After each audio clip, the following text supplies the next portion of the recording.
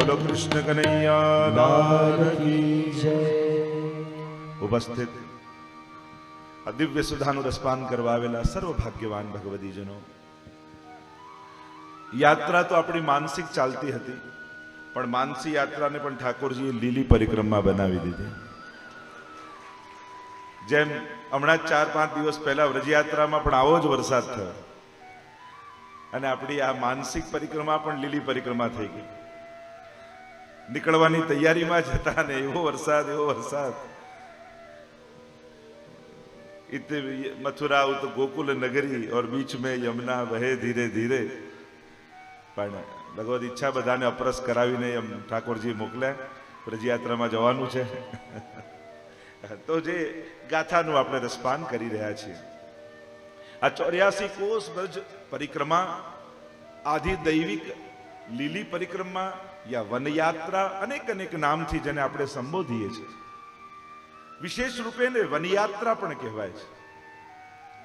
અને એટલા માટે જે 12 વન અને ઉપવન આદિ છે એમાં ઠાકોરજીની વિશેષ પ્રકારની લીલાઓ છે. એટલે વ્રજ વનમાં વસે છે કહેવાનો મારો અર્થ.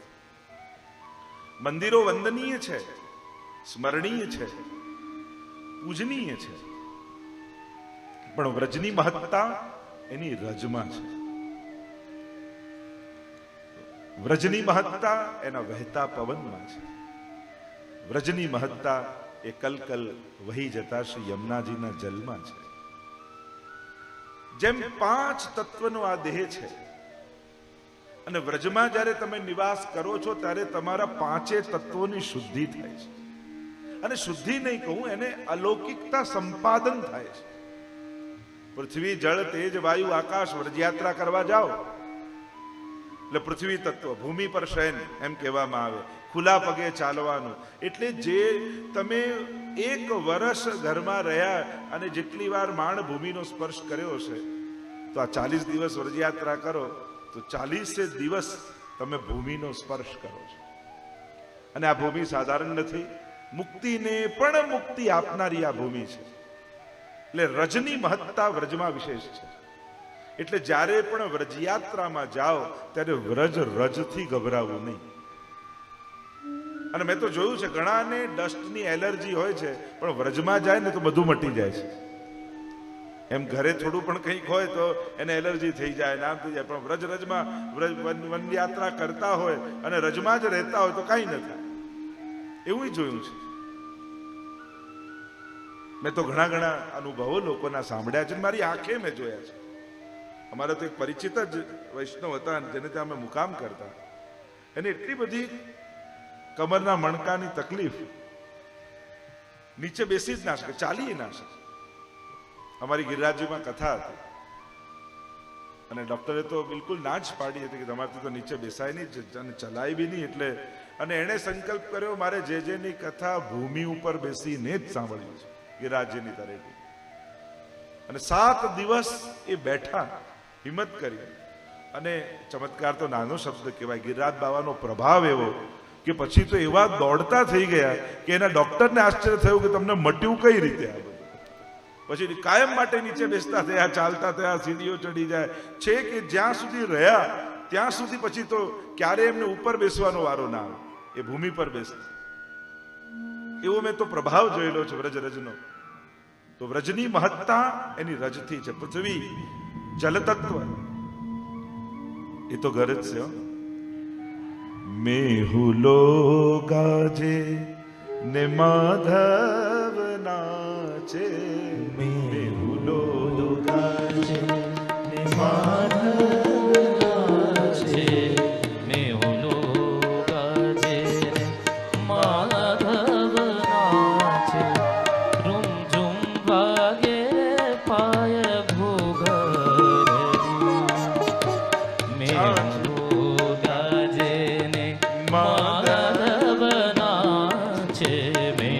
વાદળ ગરજતા હોય આપણે માનું દેવતાઓ મૃદંગ વગાડે છે, કારણ કે ઠાકોરજી નૃત્ય કરી રહ્યા છે બ્રજમાં. તાલ પખાજ બગાડે રે ગોપી, તાલ પખાજ બગાડે રે ગોપી. ગોપી વાલો વગાડે વેણુ વાસણ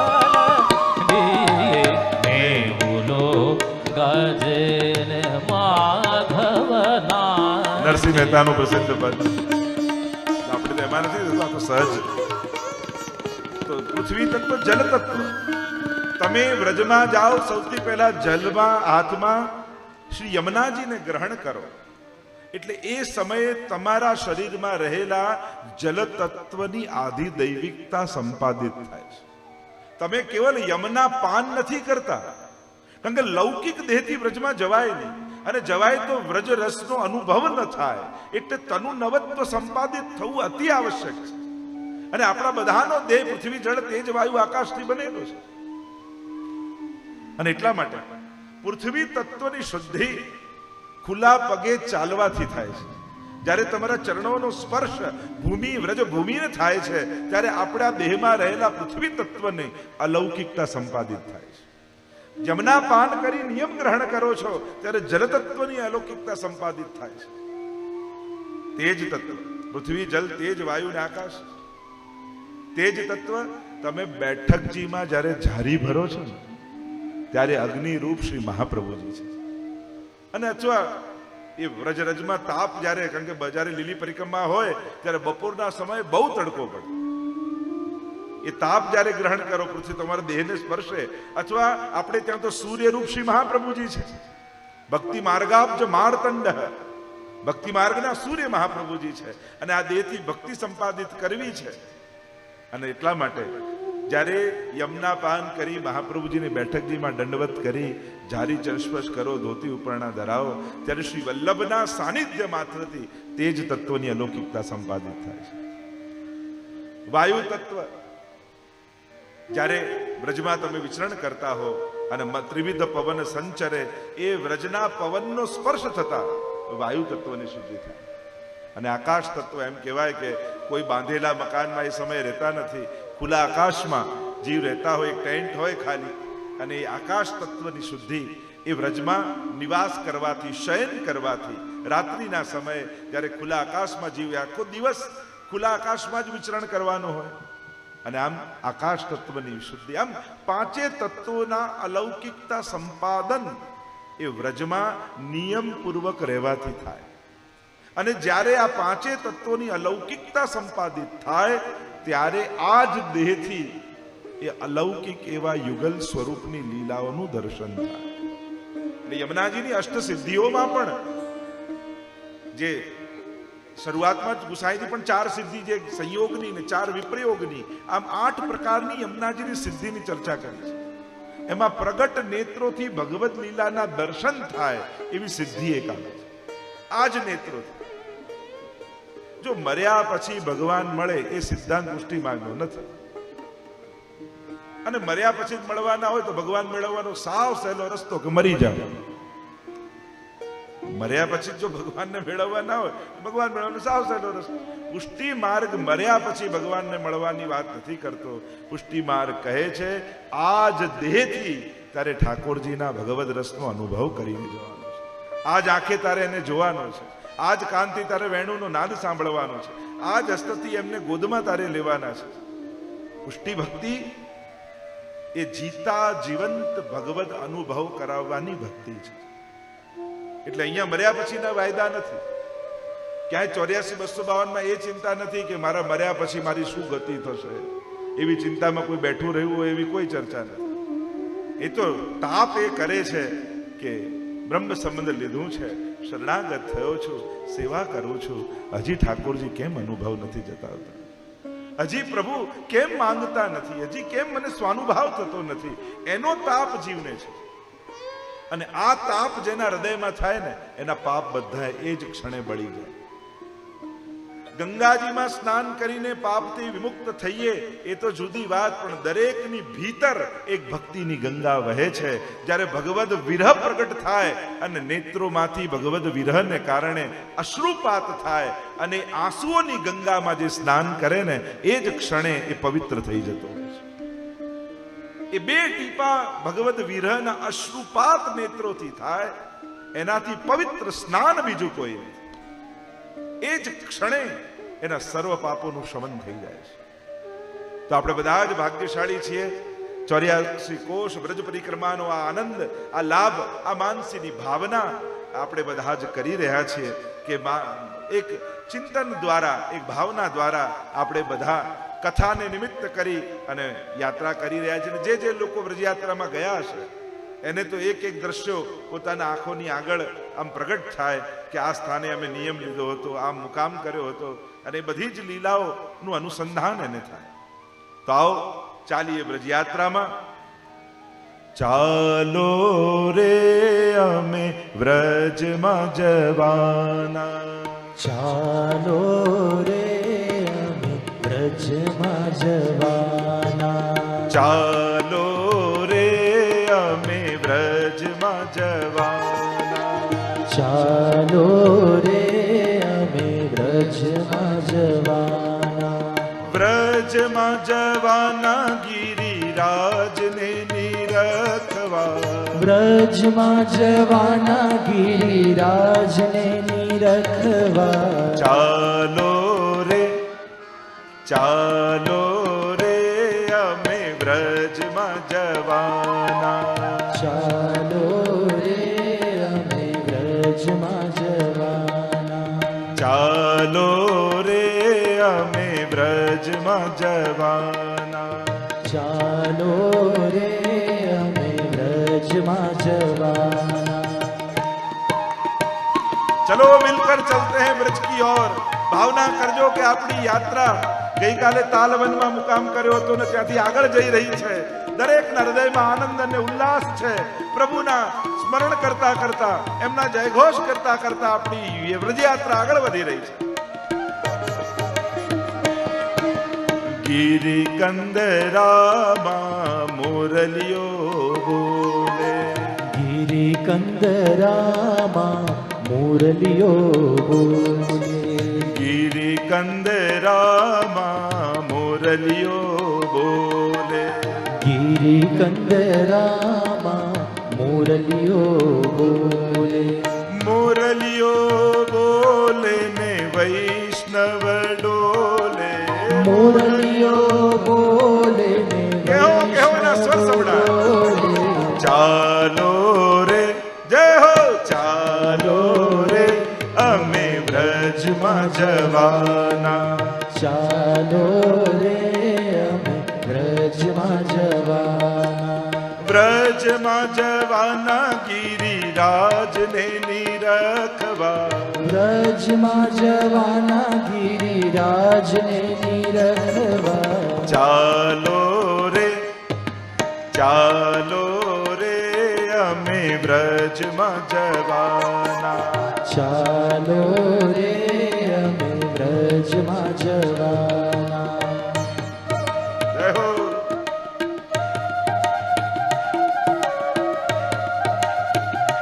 મને ધોળાકું આવડતું નથી, આ તો યાદ આવ્યું એટલે ગાયું.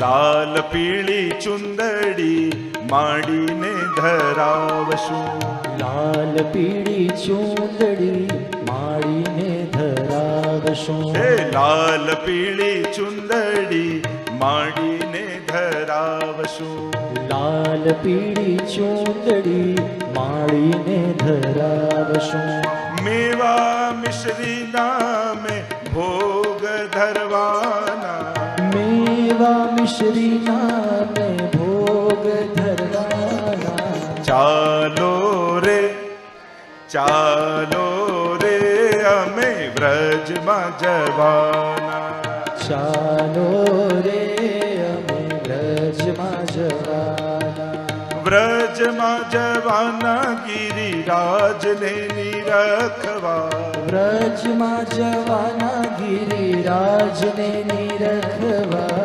ચાલો રે, ચાલો રે અમે વ્રજમાં જવાના, ચાલો રે અમે વ્રજમાં જવાના, ઊંચા ઊંચા હાથ કરી અમને બોલાવે, ઊંચા ઊંચા શ્રીનાથજી બાબા ઊંચા હાથ કરી બોલાવે, આવો. બોલાવે. હે ઊંચા ઊંચા હાથ કરી અમને બોલાવે, ઊંચા ઊંચા હાથ કરી અમને બોલાવે.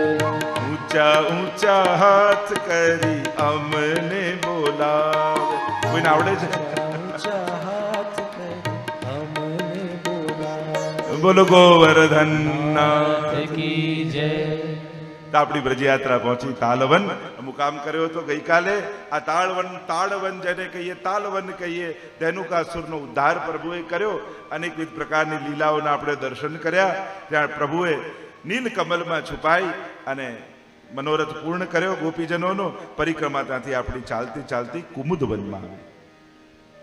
જ્યારે શાંતનુ કુંડ જઈએ ત્યારે મધ્યમાં કુમુદવન આવે. કુમુદવન પણ પ્રભુની લીલા ભૂમિ છે. ઠાકોરજીએ જ્યારે સ્વામીજીએ વિનંતી કરી ઠાકોરજીને કે પ્રભુ અહીંયા એક સુંદર વન આપ બનાવો, જેમાં અનેક સરોવર અહીંયા છે, તો અનેક કુમુદો ખીલ્યા હોય, શ્વેત કુમુદીની ખીલી હોય, એવું કંઈક સુંદર આપ સર્જન કરો, જેથી આપણે અહીંયા જલ વિહાર કરી શકીએ. અહીંયા અનેક સરોવર છે. અને ત્યારે ઠાકોરજીએ કુમુદા અને કુમુદીને પ્રગટ કર્યા. અને પ્રગટ કરી આ બંને સખીને અને આજ્ઞા કરી કે તમે સુંદર કુમુદવનની રચના કરો. અને આ બંને દરેક સરોવરમાં અનેક શ્વેત કુમુદીઓ ખીલાવી દીધી. અને બધા જ સરોવરો કુમુદીથી ભરાઈ ગયા. એવી સુંદર શોભા આ કુમુદવનની થઈ ગઈ કે જ્યારે પૂર્ણિમાનો પ્રકાશ ચંદ્રમાનો પથરાય અને આ ચંદ્રમાના શ્વેત પ્રકાશમાં બધા જ સરોવરો શ્વેત કુમુદીથી ખીલી જાય. અને ગોપીજનો એ જ શ્વેત કુમુદીના બાલાજી આદિ સિદ્ધ કરી અને પ્રભુને અને સ્વામીજીને ધરાવે. એની શોભા અનેક ગણી વધી ગઈ. આમ કુમુદા અને કુમુદીની આ બંને આના રક્ષક છે. બંને આ વનની રક્ષા કરે છે. વિલાસ કુંડ અથવા પદ્મકુંડ પણ આને કહેવાય છે. અહીંયા શ્રી મહાપ્રભુજીના બેઠકજી છે. શ્રી મહાપ્રભુજી અહીંયા બિરાજ્યા હતા, ભાગવતજીનું પારાયણ કર્યું.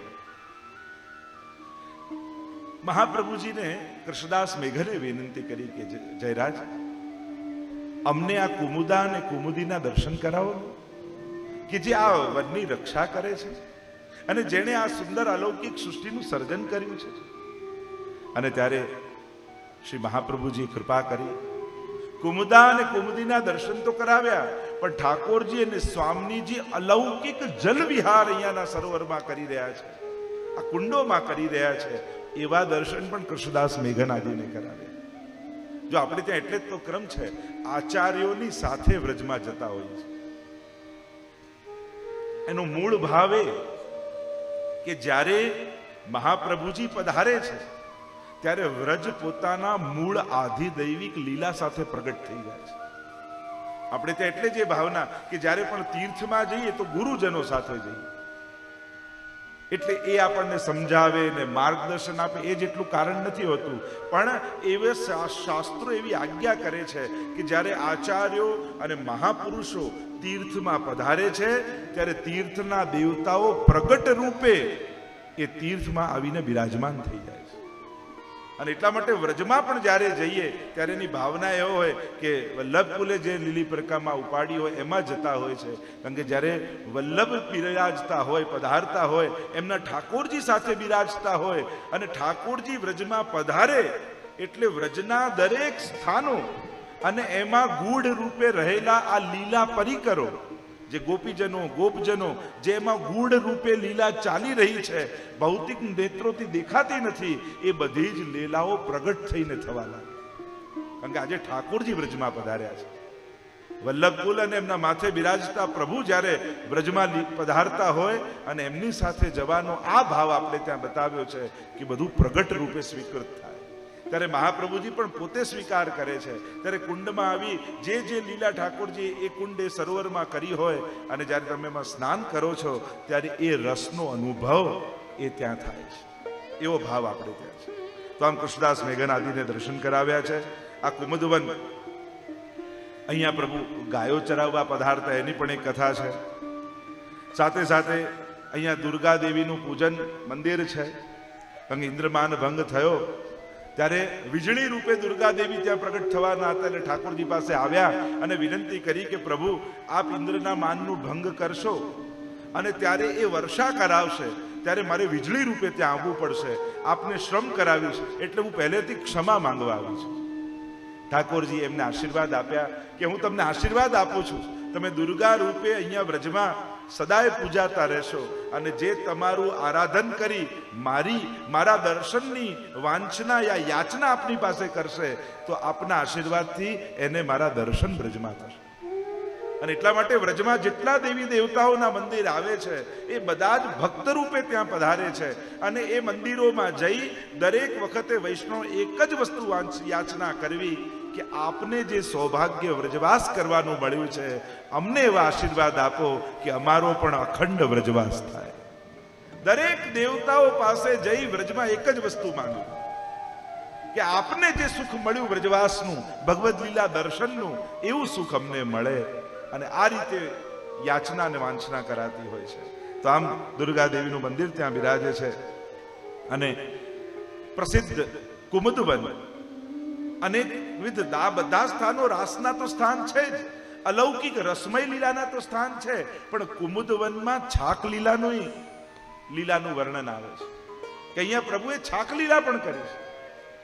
प्रभुए જ્યારે બધા સખાઓને આજ્ञा કરી કે कल सब अपने घर घर तू सामग्री लेकर आइयो, कल मैं सबके घर की छाक आरोगूंगा.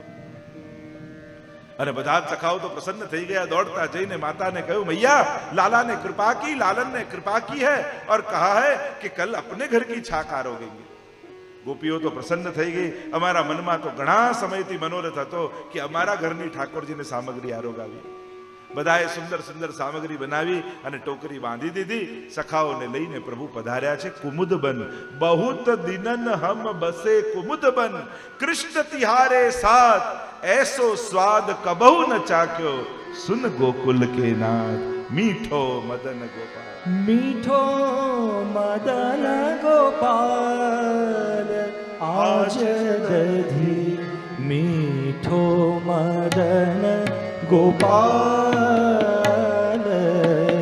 સખાઓ સાથે પ્રભુ આવ્યા છે. કુમુદવનમાં ગોઠવાઈ ગયા, કુંડાળું કર્યું, વચમાં ઠાકોરજી બિરાજ્યા.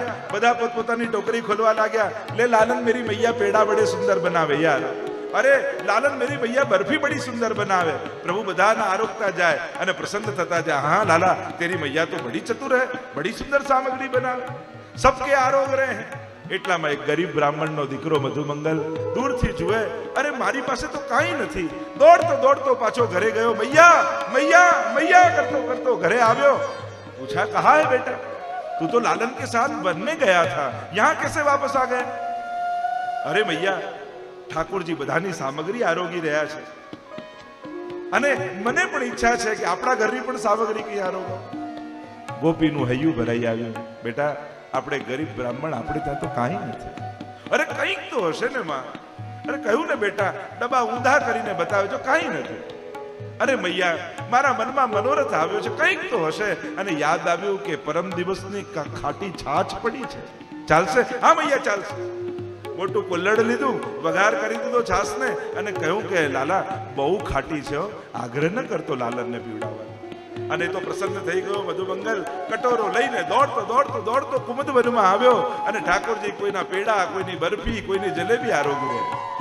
થયું કે આવી ખાટી છાસ આપીશ તો પ્રભુ હાંસી કરશે કે લઈને આવ્યો તો આવી ખાટી છાસ.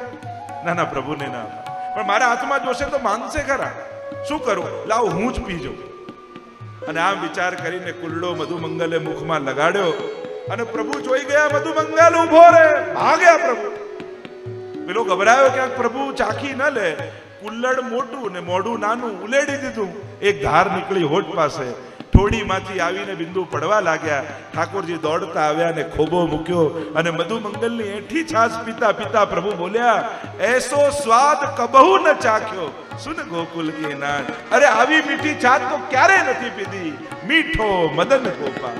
ऐसो स्वाद हम कबहू न चाख्यो, ऐसो स्वाद हम कबहू न चाख्यो. सुन गोकुल के नाथ आज दधी मीठो मदन गोपाल। ठाकुर जी खूब प्रशंसा करवा लाग्या, बड़ी मीठी छाछ। सखाए दौड़ते हुए आए, कहने लगे लालन हमको चखाओ, अकेले अकेले पी जाओगे? आने पात बनाए दोना, दिए सबन को बाण। બધાને આપ્યું ઠાકોરજી થોડે થોડી ચા। એટલામાં પાછળ રહી ગયેલા સખાઓ બીજા આવ્યા, અરે બધાએ પીધી ને અમે તો રહી ગયા, કઈ પણ કર લાલન અમને ચખાડ। અરે લાલન કે બધી ખતમ થઈ ગઈ, એ અમે ન જાણીએ, તે આમને આપી તો અમને ચખાડવું પડશે। પ્રભુને તો હવે લાવી ક્યાંથી? અને યાદ આવ્યું, જીન નહીં પાયો સુનો રે ભૈયા, मेरी हथेरी चाट आज दधी मीठो मदन। जिन नहीं पायो सुनो मेरे भैया, जिन नहीं पायो सुनो मेरे भैया, मेरी हथेरी चाट आज दधी मीठो मदन गोपाल। बहुत दिनन हम बसे कुमुद वन, बहुत दिनन हम बसे कुमुद वन, कृष्ण तिहारे साथ परमानंद प्रभु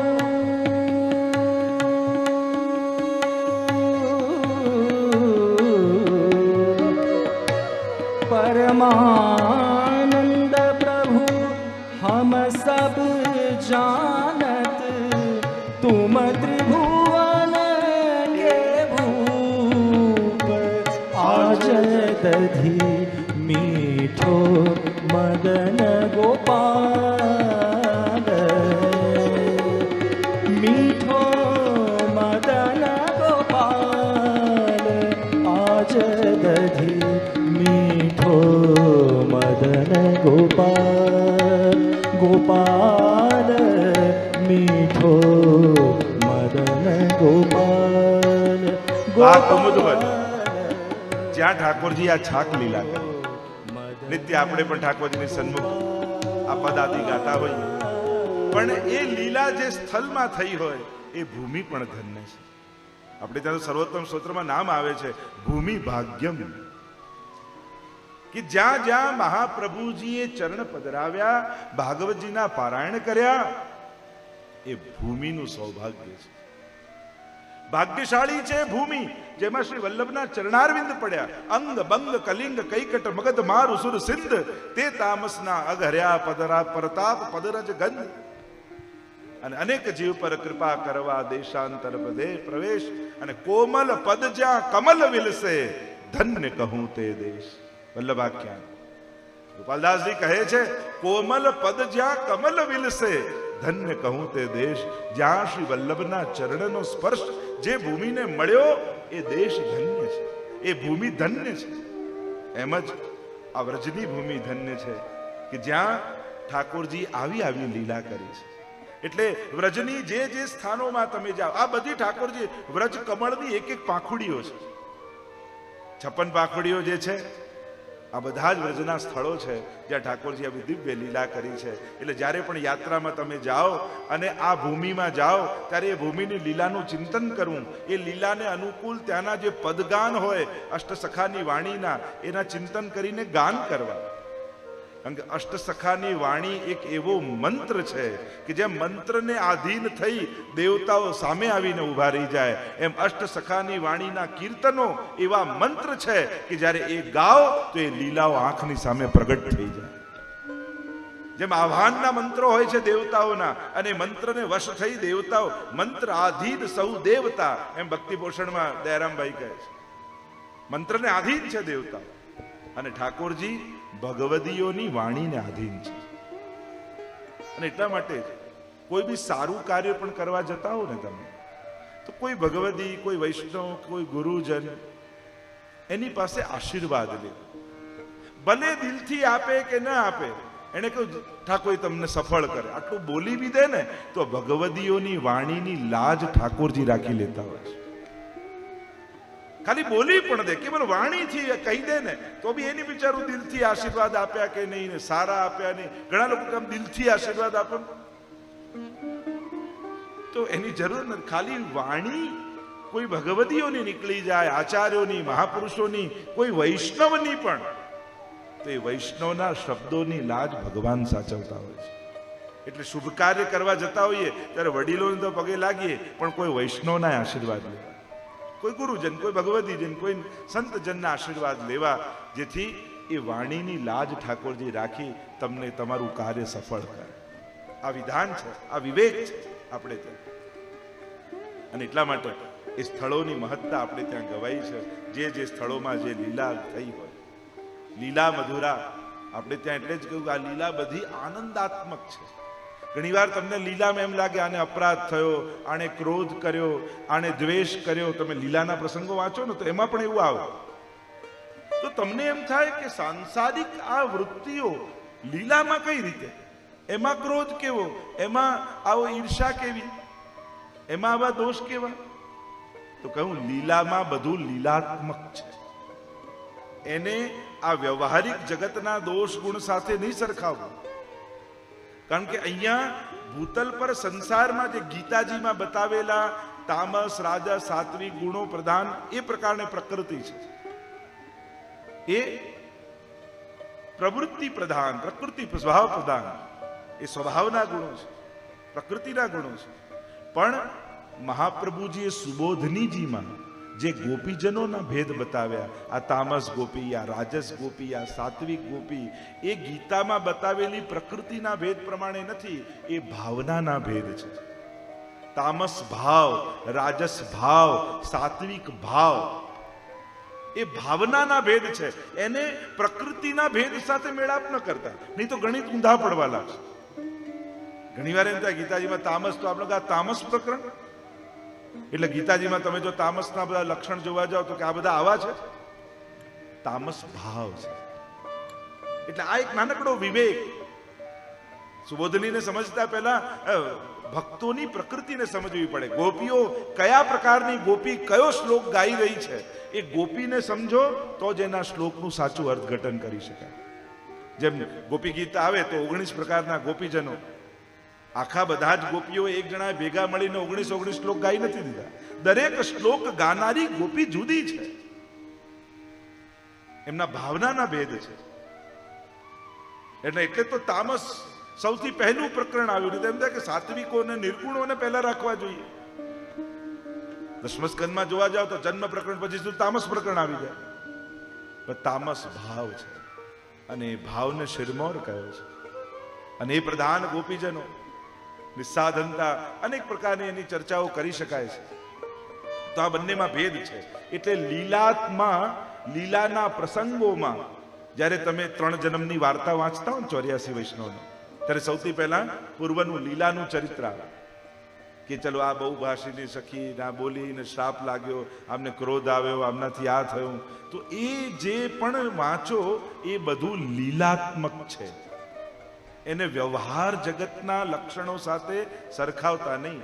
અને આનંદસ્ય હરેર લીલા, પ્રભુની સમગ્ર લીલાઓ આનંદાત્મક છે. એટલે બધા આનંદના ખેલ છે. જેમ કોઈ નાના બાળકો નાટક કરીને યા કોઈ નાટકમાં રોલ કરતો હોય અને નાટક ચાલતું હોય ને કોઈ વિલનનો રોલ બહુ સારો કરે, ત્યારે જેટલા પણ શ્રોતાઓ કે દર્શકો હોય એ ખીજાઈને જતા ના રહે, એને એપ્રિશિએટ કરવા આવે, બહુ સારો રોલ કર્યો. ખરેખર આને તો નહીં તો વિલનનો એવોર્ડ કોઈને મળે, નાટકમાં તો વિલનનો રોલ એવોર્ડ મળે, પિક્ચરમાં કે એમાં જેને સારો રોલ કર્યો હોય લોકો વિલનને કે આને બહુ સારી એક્ટિંગ કરેલી વિલનને. નહીં તો ખરેખર ખરાબ કામ કર્યું હોય તો એને તો ધૃણા આવવી જોઈએ. પણ આ નાટક છે, અને નાટકમાં જેને જે રોલ મળ્યો હોય એ ઉત્તમ રીતે નિભાવે, એમાં જ એ રસ ઉદ્દીપન કરનારું બને છે. એ રીતે આનંદસ્ય હરેર લીલા, એ બધું મૂળમાં શું હોય છે? આનંદ માટે. તમે નાટક પિક્ચર જુઓ તો 9 રસો પ્રગટ કરી આનંદની અનુભૂતિ કરાવવામાં. નવે નવ રસોમાં આનંદ. તમે એમ કહો કે ચલો હાસ્ય રસમાં, શૃંગારમાં, આ બધામાં તો આનંદ, ભયાનક રસમાં આનંદ. હા, તમે પૈસા ખર્ચીને હોરર મૂવી જોવા નથી જતા? જો આનંદ ન હોત તો પૈસા ખર્ચીને જાત? ડરવાનો પણ એક આનંદ છે. હવે સીધી સીધી ગાડી ઉપર જતી હોય તો એ લોકો ટ્રેકિંગ કરીને કેમ જાય? અરે થાકવાનો એ આનંદ છે. નહીં તો સીધી કાર પહોંચે જ છે ને, ટ્રેકિંગ કરવાની શું જરૂર છે? લોકો કરે છે, જેમાં રસ છે એમાં આનંદ છે. તો આ નવે નવ રસો, એ ભયાનક હોય, બીભત્સ હોય, અદ્ભુત હોય. આર્ટ મૂવી તમે જોવા નથી જતા? ઘણીવાર બીભત્સ રસ જેવું આવે, તમને જોવું ન ગમે, છતાંય પૈસા ખર્ચીને જાઓ ને, એવોર્ડ એને વધારે મળે. આણે તો ખરેખર રિયલ જેવી એક્ટિંગ કર્યો એવું લાગે ને આર્ટ મૂવીમાં. તો નવે નવ રસો એ આનંદ પ્રગટાવનારા છે. તો અમારા ઠાકોરજી પૂર્ણ પુરુષોત્તમ એને જ કહેવાય જે પોતાની લીલામાં નવે નવ રસોને પ્રગટાવે. મલ્લાનામ શનિ નૃણામ ભરો શ્રીનામ ભરો મૂર્તિમાન ગોપાનામ સ્વજનો સતામ સિદ્ધિ ભુજામ શાસ્તા સપિત્રો શિશુ. રંગ મંડપમાં જ્યારે કંસની સભામાં પધાર્યા પ્રભુ, ત્યારે જેનો જેવો ભાવ હતો મથુરા વાસીઓનો, ભગવાન એને એવા જ દેખાયા. અને સુબોધરીમાં મહાપ્રભુજી કહ્યું કે આ નવે નવ રસો પ્રભુએ અનુભવ કરાવ્યો. એવું ગૌચાર લીલામાં સખાઓને નવ રસોનો અનુભવ કરાવ્યો. આમ નવે રસોને જે લીલામાં પ્રગટાવે એ પૂર્ણ પુરુષોત્તમ. અને એટલા માટે અહીંયા જે લીલાઓ છે એ બધી લીલાત્મક છે. એને લીલાની દ્રષ્ટિએ જ જોવું. લોકવત્તુ લીલા કૈવલ્યમ, એ ન્યાય લીલાત્મક દ્રષ્ટિએ એનું દર્શન થવું જોઈએ. જેમ કોઈ વિજ્ઞાનની વસ્તુ હોય તો એને વૈજ્ઞાનિક બુદ્ધિએ જ જોવાય, એને કોઈ કલાકાર યા કોઈ કવિની બુદ્ધિએ ન જોવાય. કવિતા હોય તો એને કવિની બુદ્ધિએ જ વાંચવું પડે. વૈજ્ઞાનિક બુદ્ધિએ વાંચવા જો આવું તો કઈ થતું હશે તો કવિ તો ગમે તે વિચારી શકે, એને કવિની બુદ્ધિ તો જ રસ આવે. એમ જ્યાં અલૌકિકતા હોય ત્યાં અલૌકિક બુદ્ધિએ જ જોવું પડે. તો આપણે બધાની તકલીફ શું થાય? આપણા દરેક ધર્મ ગ્રંથોમાં વિજ્ઞાન ગોતવા જોઈએ. આમાં સાયન્સ ક્યાં, આમાં સાયન્સ ક્યાં? અરે આ સાયન્સની બુક છે જ નહીં. આ સાયન્સની નથી, આ અધ્યાત્મની છે. જેનાથી સંસાર છૂટી જાય, જેનાથી સંસાર ભૂલાઈ જાય અને ભગવાનમાં આસક્તિ થઈ જાય, એના માટે આ ગ્રંથો છે. એટલે ધર્મ ગ્રંથોમાં વિજ્ઞાન ગોતવાની ખોટી મહેનત કરતા જ નહીં. કારણ કે આ એનું છે જ નહીં. અહીંયા એ ગોતવાનું જ નથી. અહીંયા તો આ વાર્તા થકી મારી સંસારની આસક્તિ ઘટી, મારી ભગવાનમાં આસક્તિ વધી, બસ એ જ ચેક કરવું. પણ આ વાર્તા કેટલી સાચી, થયું હશે કે નહીં, લાવ ચેક કરવા જાઉં, શું એનો કાળ, શું આ ઇતિહાસના ગ્રંથો નથી, આધ્યાત્મિક ગ્રંથો છે. અને આધ્યાત્મિક વાતને આધ્યાત્મિક બુદ્ધિએ જોશો તો જ હૃદયમાં અધ્યાત્મ પ્રગટ થશે. તો જે ચર્ચા આપણે કરી રહ્યા છીએ એ ભૂમિ પણ ધન્ય છે જ્યાં બધી લીલા થઈ છે. આપણી યાત્રા આવી શાંતનુ કુંડમાં. જ્યારે બહુલાવન જતા હોઈએ ત્યારે વચમાં શાંતનુ કુંડ આવે. બહુ પૌરાણિક સ્થાન છે આ શાંતનુ કુંડ. ઊંચા ટીલા ઉપર શાંતનુ બિહારીજીના દર્શન અને બલદેવજી ગિરધરજીના મંદિર આવેલા છે ટીલા ઉપર.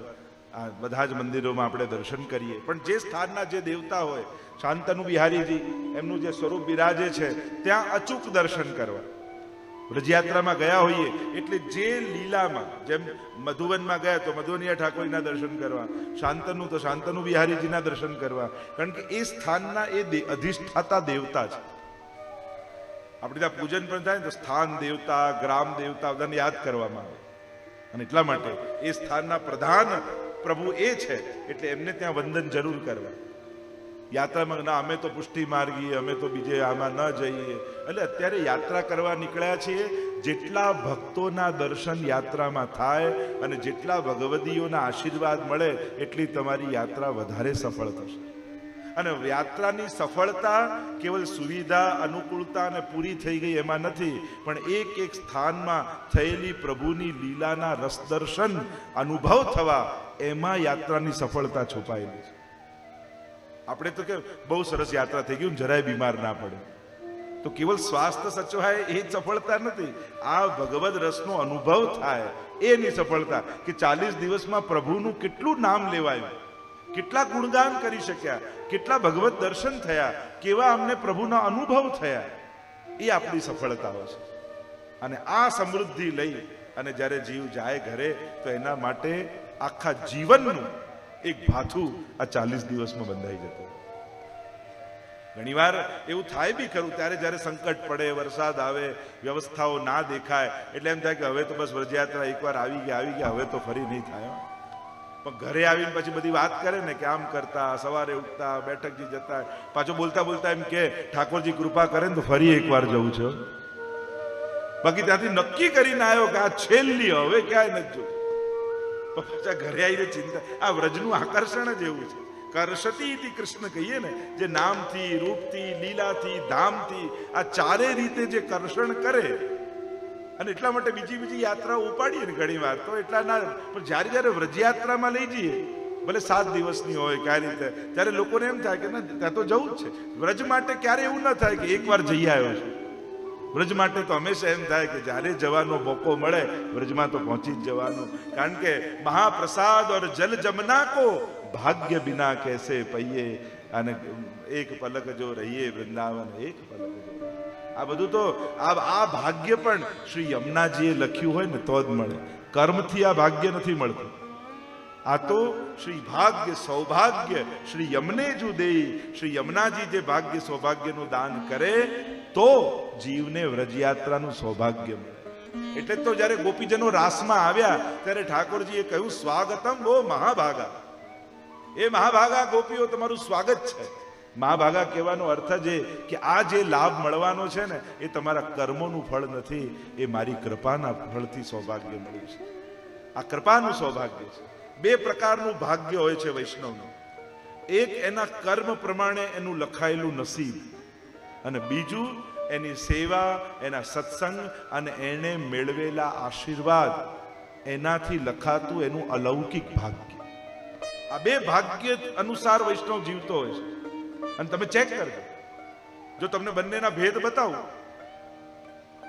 જેમ કોઈને ચારે બાજુ જીવનમાં દુઃખ છે, કઈ ધંધો ચાલતો નથી, બધું બરાબર નથી અને દુર્ભાગ્ય ચાલે છે, પણ રોજ સવારે અપરસ કરીને ઠાકોરજીની સેવામાં જાય ને અને ઠાકોરજીને જગાવે એટલે આખી દુનિયા મુખારવિંદ જોઈને ભૂલી જાય અને કલાક એવો એને આનંદ આવે જાણે કુબેરનો વૈભવ એને ન મળ્યો હોય એવા ગૌરવ અને આનંદ સાથે સેવા કરતો હોય. તો આપણને એમ લાગે કે આનું તો દુર્ભાગ્ય ચાલે છે. તો આ દુર્ભાગ્ય કાંઈ બહાર નથી, સેવાની રૂમની બહાર નીકળશે એટલે દુઃખ દુઃખ જ અને ચિંતા ચિંતા જ છે. પણ આ કલાક એણે જે આનંદ લીધો એ કયા કર્મોનું ફળ, એ કયું ભાગ્ય? કારણ કે એનું ભાગ્ય તો બહાર ચાલી જ રહ્યું છે, દુર્ભાગ્ય ચાલે છે, દુઃખ છે, પણ એ દુર્ભાગ્યના દિવસોમાં પણ 1 કલાક જે સેવાનો આનંદ લે છે તો એ અંદર જે આનંદ લીધો એ એણે મેળવેલા આશીર્વાદનું સૌભાગ્ય છે, એ એણે લીધેલા ભગવત નામનું સૌભાગ્ય છે. પણ જ્યાં સેવાથી બહાર આવશે એટલે કર્મોનું ભાગ્ય કામ કરવા લાગશે. એમ વૈષ્ણવને મેં મારા દૃષ્ટિકોણથી મને એમ લાગે કે એના 2 ભાગ્ય ચાલતા હોય છે એક જ સાથે. એ કર્મોથી મેળવેલું જે સંસારની સુવિધા અસુવિધા અનુકૂળતા પ્રતિકૂળતા એને સાંસારિક વ્યવહારમાં રાખે અને એવી પ્રતિકૂળતાઓમાં પણ એવી અનુકૂળતાઓમાં પણ એક એ ભક્ત તરીકેનું જીવન જીવતો હોય અને એમાં મળતો એને લાભ. ઘણીવાર એવું થાય એને કાંઈ ના હોય પણ એને એવો મોકો મળી જાય, એને આરતી કરવા મળી જાય, એને પોથીજી લેવા મળી જાય, એને આગળ સેવામાં રહેવાનું મળી જાય. ઘણીવાર એમ થાય કે કઈ મનોરથી નથી, કાંઈ નથી, અને છતાં ઘણીવાર લાભ મળી જાય. આપણને એમ લાગે કે આ કયું સૌભાગ્ય.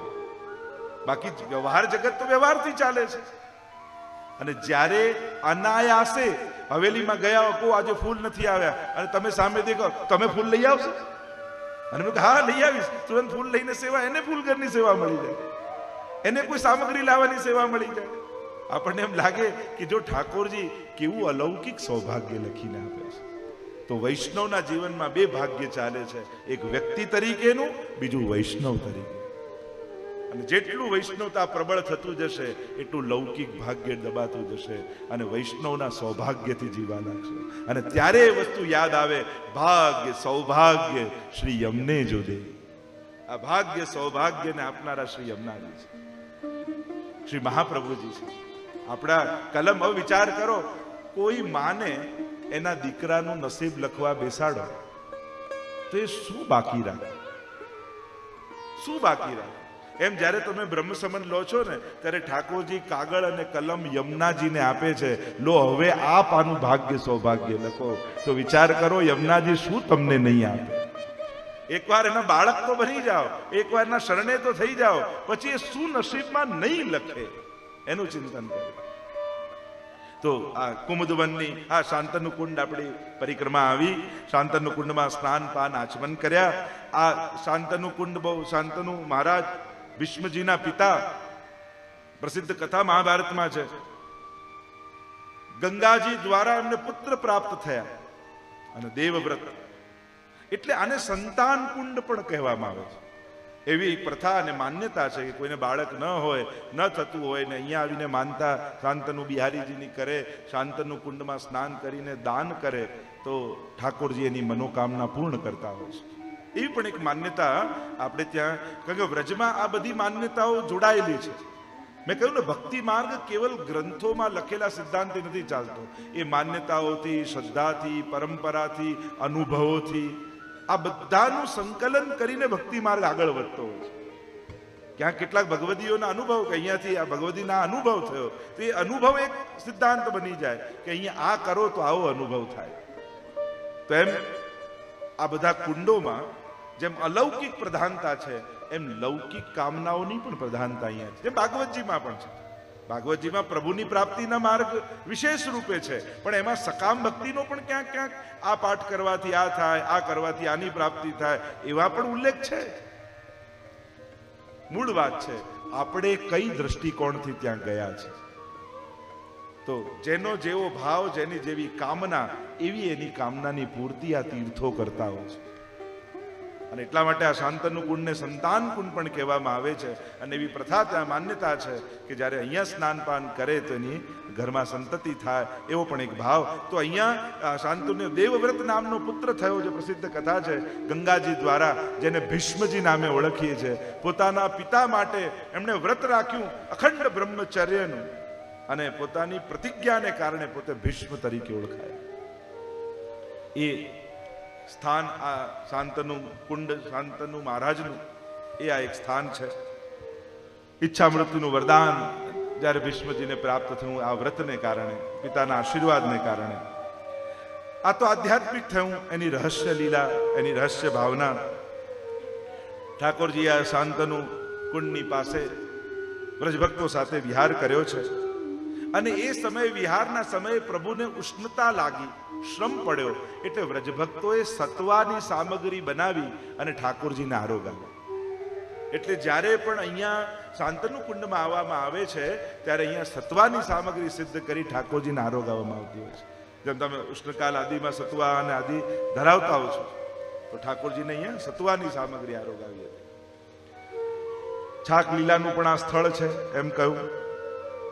ત્યાંથી આસપાસ દર્શનીય બીજા સ્થળો પણ છે શાંતકુંડની આજુબાજુ. કારણ કે જ્યારે લીલી પરિક્રમામાં તમે જાઓ ત્યારે નાના નાના નાના ગામ બ્રજના આવે. એમને એમ કારમાં ગયા હો તો ક્યારે ગામ જતા રહે ખબર ન પડે, પણ ચાલીને જ્યારે વ્રજયાત્રા કરતા હો છો ત્યારે આ નાની નાના ગામો આવતા હોય. આ બધા જ ગામોમાં કોઈ ને કોઈ પ્રભુની લીલા સ્થળીઓ છે. તેની આસપાસ અમુક, જેમ દતિયા ગામ આવે, દંતવક્ર નામના અસુરનો ઉદ્ધાર ઠાકોરજીએ અહીંયા કર્યો હતો. શાંતનકુંડની પાસે દતિયા ગામ છે. એની પાસે ગણેશરા ગામ આવે. તુલસી સારંગી સખીની કુંજ છે, ગંધર્વ કુંડ છે. કારણ કે પૂતના જ્યારે ભગવાને મારી પૂતનાને, ત્યારે ગંધર્વોને બહુ આનંદ થયો અને ત્યારે ગંધર્વોએ અહીંયા આવીને ઉત્સવ કર્યો હતો. ત્રીજું ગામ ખેંચરી કરીને આવે છે. જેમ પૂતનાના પ્રાણોનું કર્ષણ કર્યું ભગવાને, અને પૂતના 6 કોસ લાંબી થઈને વિકરાળ રૂપ લઈને પડી, તો આ ખેંચરી એટલે આકાશ માર્ગે જનારી. પૂતનાનું નામ એક ખેંચરી પણ છે. જ્યારે કંસેન પ્રહિતા ઘોરા પૂતના બાલ ગીત ગાતી શિશુ ચચાર નિગ્નંતી પૂર ગ્રામ વ્રજાવીશ. કંસે મોકલેલી પૂતનાએ જ્યારે પ્રવેશ કર્યો તો એ પૂતનાના પ્રાણોનું કર્ષણ પરમાત્માએ કર્યું. ત્યારે વિકરાળ રૂપ 6 કોસ લાંબી થઈને પૂતના પડી. અને આ ખેંચરી ગામમાં વ્રજવાસીઓએ પૂતનાનો અગ્નિ સંસ્કાર કર્યો. એટલે આ ખેંચરી ગામ દર્શનીય છે અને ત્યાંથી આપણી પરિક્રમા બહુલાવન તરફ આગળ જઈ રહી છે અને વૈષ્ણવ પ્રેમથી ગાઈ રહ્યા છે. મથુરામાં શ્રીનાથજી, ગોકુળમાં શ્રીનાથજી, યમુનાજીના કાંઠે રમતા રંગીલા શ્રીનાથજી, રંગીલા શ્રીનાથજી, અલબેલા શ્રીનાથજી, વલ્લભ કુળના વાલા બોલો રંગીલા શ્રીનાથજી, રંગીલા શ્રીનાથજી, અલબેલા શ્રીનાથજી, વલ્લભ કુળના વાલા બોલો રંગીલા શ્રીનાથજી. મધુવનમાં શ્રીનાથજી, કુંજવનમાં શ્રીનાથજી, વૃંદાવનમાં રાસ રમંતા રંગીલા શ્રીનાથજી, રંગીલા શ્રીનાથજી, અલબેલા શ્રીનાથજી, વલ્લભ કુળના વાલા બોલો રંગીલા શ્રીનાથજી. નંદગામ શ્રીનાથજી, બરસાને શ્રીનાથજી, કામવનમાં ક્રીડા કરતા રંગીલા શ્રીનાથજી, રંગીલા શ્રીનાથજી, અલબેલા શ્રીનાથજી, વલ્લભ કુળના વાલા બોલો રંગીલા. આપણી પરિક્રમા આગળ ચાલી રહી છે. ગોપાલ ગોપાલના સ્વર ગૂંજી રહ્યા છે. હાથમાં લાકડી લઈ વૈષ્ણવો ધોતી બંડી ધારણ કરી, હાથમાં ઝાંપીજી લઈ કેટલાક વૈષ્ણવ બહેનો પ્રભુના નામનું સ્મરણ કરતા કરતા બહુલાવન તરફ આગળ વધી રહ્યા છે. મથુરામાં શ્રીનાથજી, ગોકુળમાં શ્રીનાથજી, યમુનાજીના કાંઠે રમતા રંગીલા શ્રીનાથજી, રંગીલા શ્રીનાથજી, અલબેલા શ્રીનાથજી, વલ્લભ કુળના વાલા બોલો રંગીલા શ્રીનાથ. બોલો કૃષ્ણ કનૈયા લાલ. કી જય. બહુલાવન આવી ગયું છે. પાલ પડેલા છે. બધાએ પોતપોતાના નંબર પ્રમાણે પાલમાં પોતાનો સામાન ગોઠવી દીધો છે. ઉતાવળે હવે ઠાકોરજીને ઝાંપીજી લઈને બધી હવે સામગ્રી આદિની તૈયારીઓ વૈષ્ણવ કરવા લાગ્યા છે અને ઠાકોરજીની સેવા આદિ પહોંચી સવારે પ્રાતઃકાલ. અને હવે આસપાસ દર્શન કરવા માટે જે દર્શનીય સ્થળો છે ત્યાં વૈષ્ણવ જવા લાગ્યા છે. સૌથી પહેલા આ બહુલાવન એ અતિ પ્રાચીન સ્થળ છે. પૌરાણિક કાળની આ સ્થાન છે અને એવી કથા કહેવામાં આવે છે કે આ બહુલા નામની ગાય એકવાર પોતાના વનમાંથી ઘર તરફ જતી હતી ચરીને. એટલામાં એક સિંહ આવ્યો. પ્રસિદ્ધ કથા છે, લગભગ બધા જાણતા હશે જે બહુલાવન ગયા હશે. ત્યાં બહુલા ગાયની પૂજા થાય છે. અચાનક સિંહ આવ્યો ને કહ્યું કે તને મારી નાખીશ, ખાઈ જઈશ. ત્યારે પેલી બહુલાએ કહ્યું, તું મને મારી નાખે મને વાંધો નથી, પણ મારું વાછરડું ભૂખ્યું હશે. એકવાર મને દૂધ પાન કરાઈ આવવા દે. હું તને વચન આપું છું કે હું પાછી તારી પાસે આવી જઈશ, ત્યારે તું મને મારી દે. ભરોસો બેસતો ગાયને મોકલી પોતાના વાછરડાને દૂધ પાન કરાવી ગાય પાછી સિંહ પાસે આવીને ઊભી રહી અને જ્યાં ઊભી રહીને કહ્યું કે તું મને મારી નાખ. અને એટલામાં સિંહમાંથી સાક્ષાત યમરાજ પ્રગટ થઈ ગયા અને કહ્યું કે આ તો તારી પરીક્ષા મેં કરી હતી. હું તને અભય વચન આપું છું અને આશીર્વાદ આપું છું, અનંત કાલ સુધી તારી અહીંયા પૂજા થશે. તારો દેહ પડી જશે પછી ગામના લોકો તારી મૂર્તિ બનાવશે અને તારું પૂજન કરશે અને તારી આપેલી પ્રેરણા સંસારમાં સદાય જીવંત રહેશે. આશીર્વાદ મળ્યા. ગાયના પૂજનનો ક્રમ ચાલ્યો.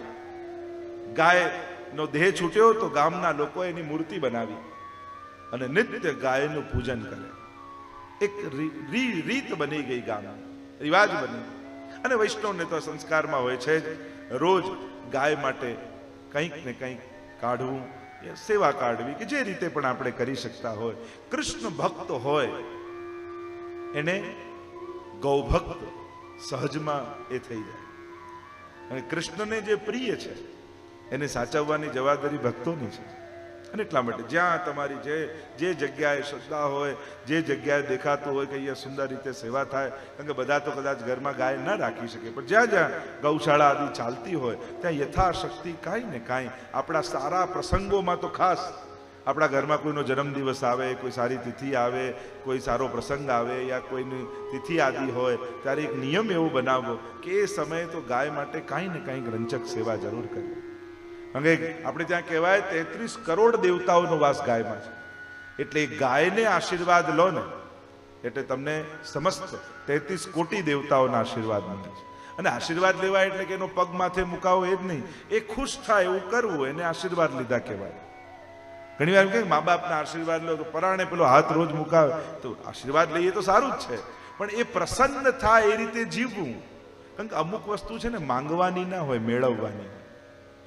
માન છે ને સમાજમાં માંગવાનું ના હોય, મેળવવાનું હોય.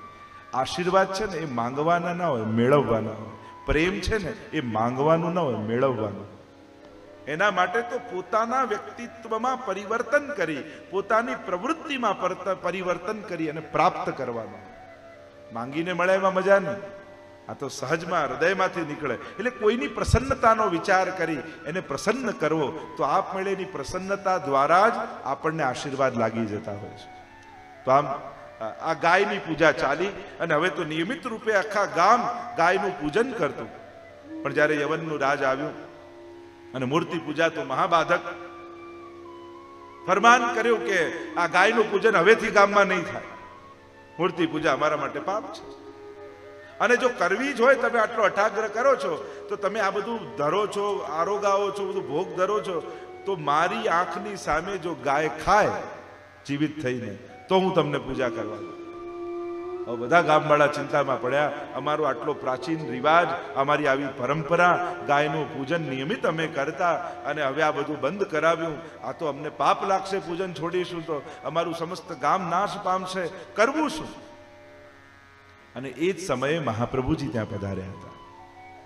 શ્રી મહાપ્રભુજી પધાર્યા હતા, કહ્યું કે ચિંતા ન કરો, હું પ્રમાણિત કરીને આપીશ. સુબાને કહ્યું કે તું આવ, તારી સામે અમે ગાયનું પૂજન કરીશું. સુબો સામે ઉભો રહ્યો.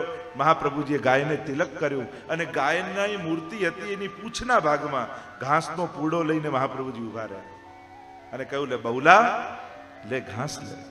જ્યાં એટલું મહાપ્રભુજી બોલ્યા અને મૂર્તિમાંથી ગાય જીવંત બની પોતાનો મુખ પાછળ વાળી અને મહાપ્રભુજીના હાથે ઘાસ આરોગી. અને આ દ્રશ્ય જ્યારે પેલા સુબાએ જોયું, ચકિત થઈને અચંબિત થઈ ગયો, ચરણોમાં પડી ગયો. અને આમ મહાપ્રભુજીએ ગૌપૂજનની પરંપરાને જીવંત રાખી. ઘણી એવી પરંપરાઓ અને પ્રથાઓ છે. મહાપ્રભુજીએ એ સમયમાં જે કુપ્રથાઓને દૂરે પણ કરી અને સારી પરંપરાઓને આગળ પણ વધારી. એટલે પરિત્રાણાય સાધુનામ ને વિનાશાય ચ દુષ્કૃતામ એ કેવલ વ્યક્તિઓ માટે નથી, એ પરંપરા, રિવાજ, સિદ્ધાંત એ બધામાં આવી જાય છે. પરિત્રાણાય સાધુનામ, સાધુની રક્ષા એટલે સદવિચારની રક્ષા, સદ પરંપરાની રક્ષા, સદભાવનાની રક્ષા, એમાં સાધુની રક્ષા આવી. અને વિનાશાય ચ દુષ્કૃતામ, ખોટી પરંપરાઓને દૂર કરવી. એ પણ એક દુષ્કૃતનો વિનાશ, એ પણ દુષ્ટોનો વિનાશ છે. કારણ કે જ્યારે દુષ્ટમાંથી દુષ્ટતા જતી રહે તો પછી દુષ્ટ રહેતો જ નથી. એટલે સમાજમાં ફેલાયેલી દુષ્પરંપરાઓને પણ, જે સતી પરંપરાનું પહેલા હતું અને રાણા વ્યાસ આદિની કથામાં આવે છે, મહાપ્રભુજી સાથે જતા હતા, પેલી સતી થતી હતી અને મુખ હલાવ્યું એમ કરી મહાપ્રભુજી, આમ ના પાડતા હોય, સાથે વૈષ્ણવ. એટલે પેલી સતીને વિચાર આવ્યો, સતી થવા બેઠી હતી, યુવાન સ્ત્રી, અને વૈષ્ણવે મુખ હલાવ્યું, ઉતરી ગઈ ચિતામાંથી, શોધતી શોધતી ગઈ અને પૂછ્યું કે હું સતી થઈ રહી હતી અને આવું નકારમાં મુખ કેમ હલાવ્યું? ત્યારે કહ્યું કે તને દેહ મળ્યો છે એ બહુ દુર્લભ દેહ મળ્યો છે. એક નશ્વર વ્યક્તિ માટે નાશ ન કરીશ, એને શાશ્વત એવા પરમાત્માને મેળવવામાં લગાવી દે તો તારા દેહનું કલ્યાણ થઈ જશે. આ દેહ બડે ભાગ માનુષ તન પાવા, એ કોઈ નશ્વર વ્યક્તિ માટે નાશ કરવા માટે નથી, એ તો શાશ્વત એવા ઈશ્વરને ભજવા માટે મળ્યો છે. અને જ્યારે આ વિચાર, એટલે સ્ત્રી શુદ્રાદુદ્યતિ ક્ષમા મહાપ્રભુજીનું નામ છે.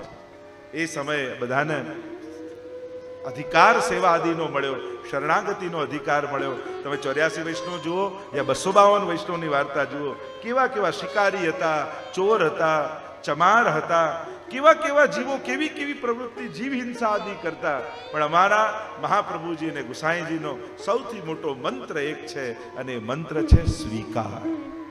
અને કેવલ સ્વીકાર નહીં, સહદોષ સ્વીકાર. આ પુષ્ટિ માર્ગનો મહામંત્ર છે. અહીંયા સુધારવાની કોશિશ પછી થાય, પણ સ્વીકારવાની પ્રવૃત્તિ પહેલા થાય. તું જેવો છું એકવાર તું ઠાકોરજીનો થઈ જાય, પછી પ્રભુ જ તને એમને લાયક બનાવી દેશે. એટલે સૌથી મોટો સિદ્ધાંત મહાપ્રભુજી આપેલો એ છે સહદોષ સ્વીકાર, સહર્ષ સ્વીકાર. એટલે આવ્યા શિકારી હતા, કહું કે મરેલા પક્ષીઓ લટકે છે, મારો સ્વીકાર થાય, મારો ઉદ્ધાર થાય. હા, તારો ઉદ્ધાર થાય. ભરોસો આપે એ ગુરુ છે, હતાશ કરે ગુરુ નહીં, વિશ્વાસ જગાડે એ ગુરુ છે. હા, તારા પર પણ કૃપા થઈ શકે. અને આ વાત તો અહીંયા શ્રી મહાપ્રભુજીએ કૃપા કરી. આ મહાત્મ્યની ચર્ચા બહુલાવનની આવી.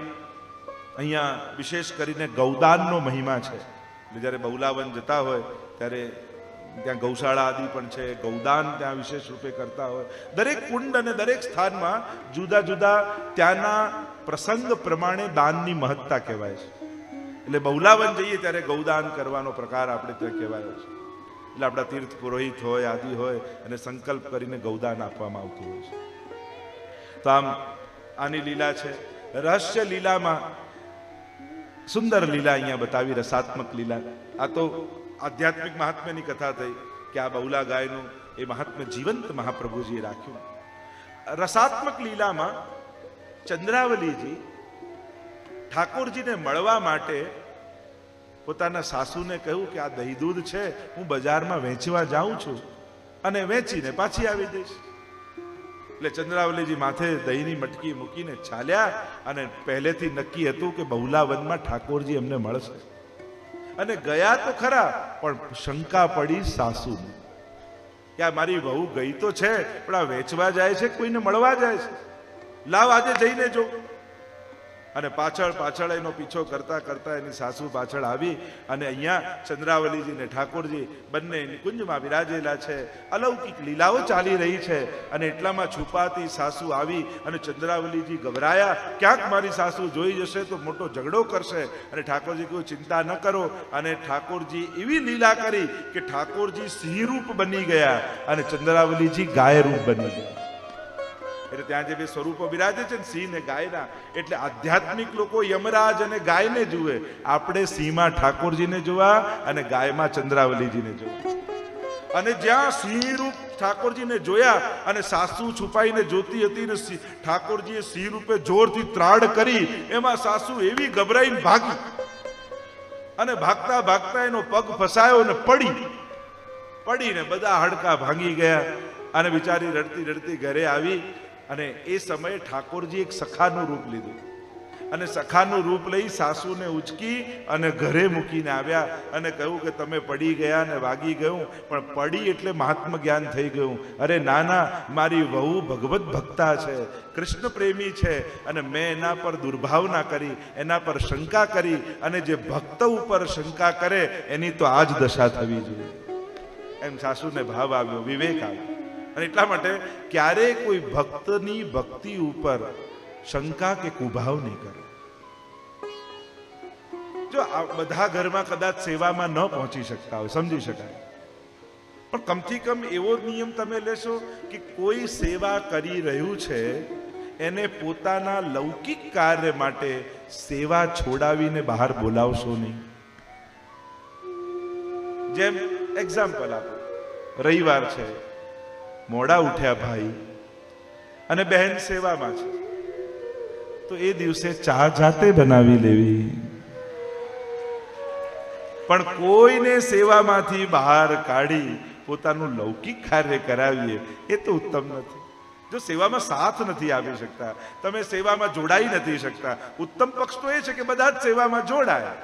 પણ કમથી કમ એટલું તો કરી શકીએ ને કે જે સેવામાં છે, હવે 2 કલાકની સેવા હોય કે કલાકની સેવા હોય, એને પોતાના લૌકિક અને તુચ્છ કાર્ય માટે ભગવત કાર્યમાં વિક્ષેપ નહીં પાડીએ. નહીં તો ઘણા આ ક્યાં મૂક્યું છે ને પેલું ક્યાં મૂક્યું છે, પેલા બિચારા ઠાકોરજી પાસે દોડી દોડીને આવે કે આ રહ્યું ના રહ્યું. બને તો એટલો નિયમ લો તો બી તમારી સેવા પહોંચશે. કોઈને સેવામાં વિક્ષેપ નહીં કરવો. એટલે બહેનો યાદ અપાવતા રહેજો કે જે ઋષિકેશમાં શું કહ્યું હતું.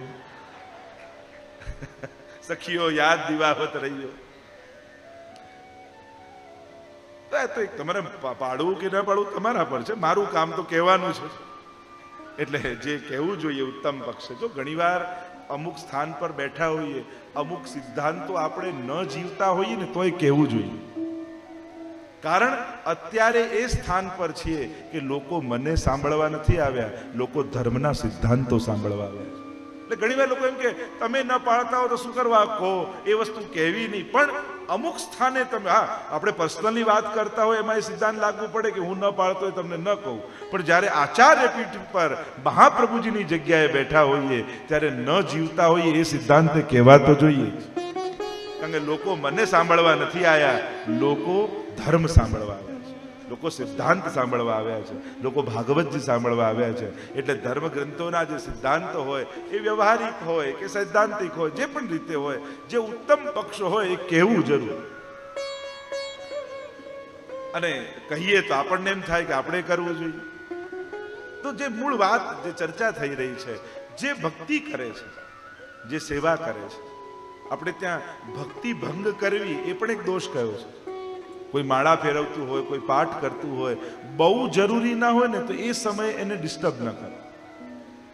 નિતાંત આવશ્યક ના હોય અને માળા પૂરી થઈ જાય પછી કહી શકો એવું હોય, એવું જરૂરી કામ ન હોય તો પછી જ કહો.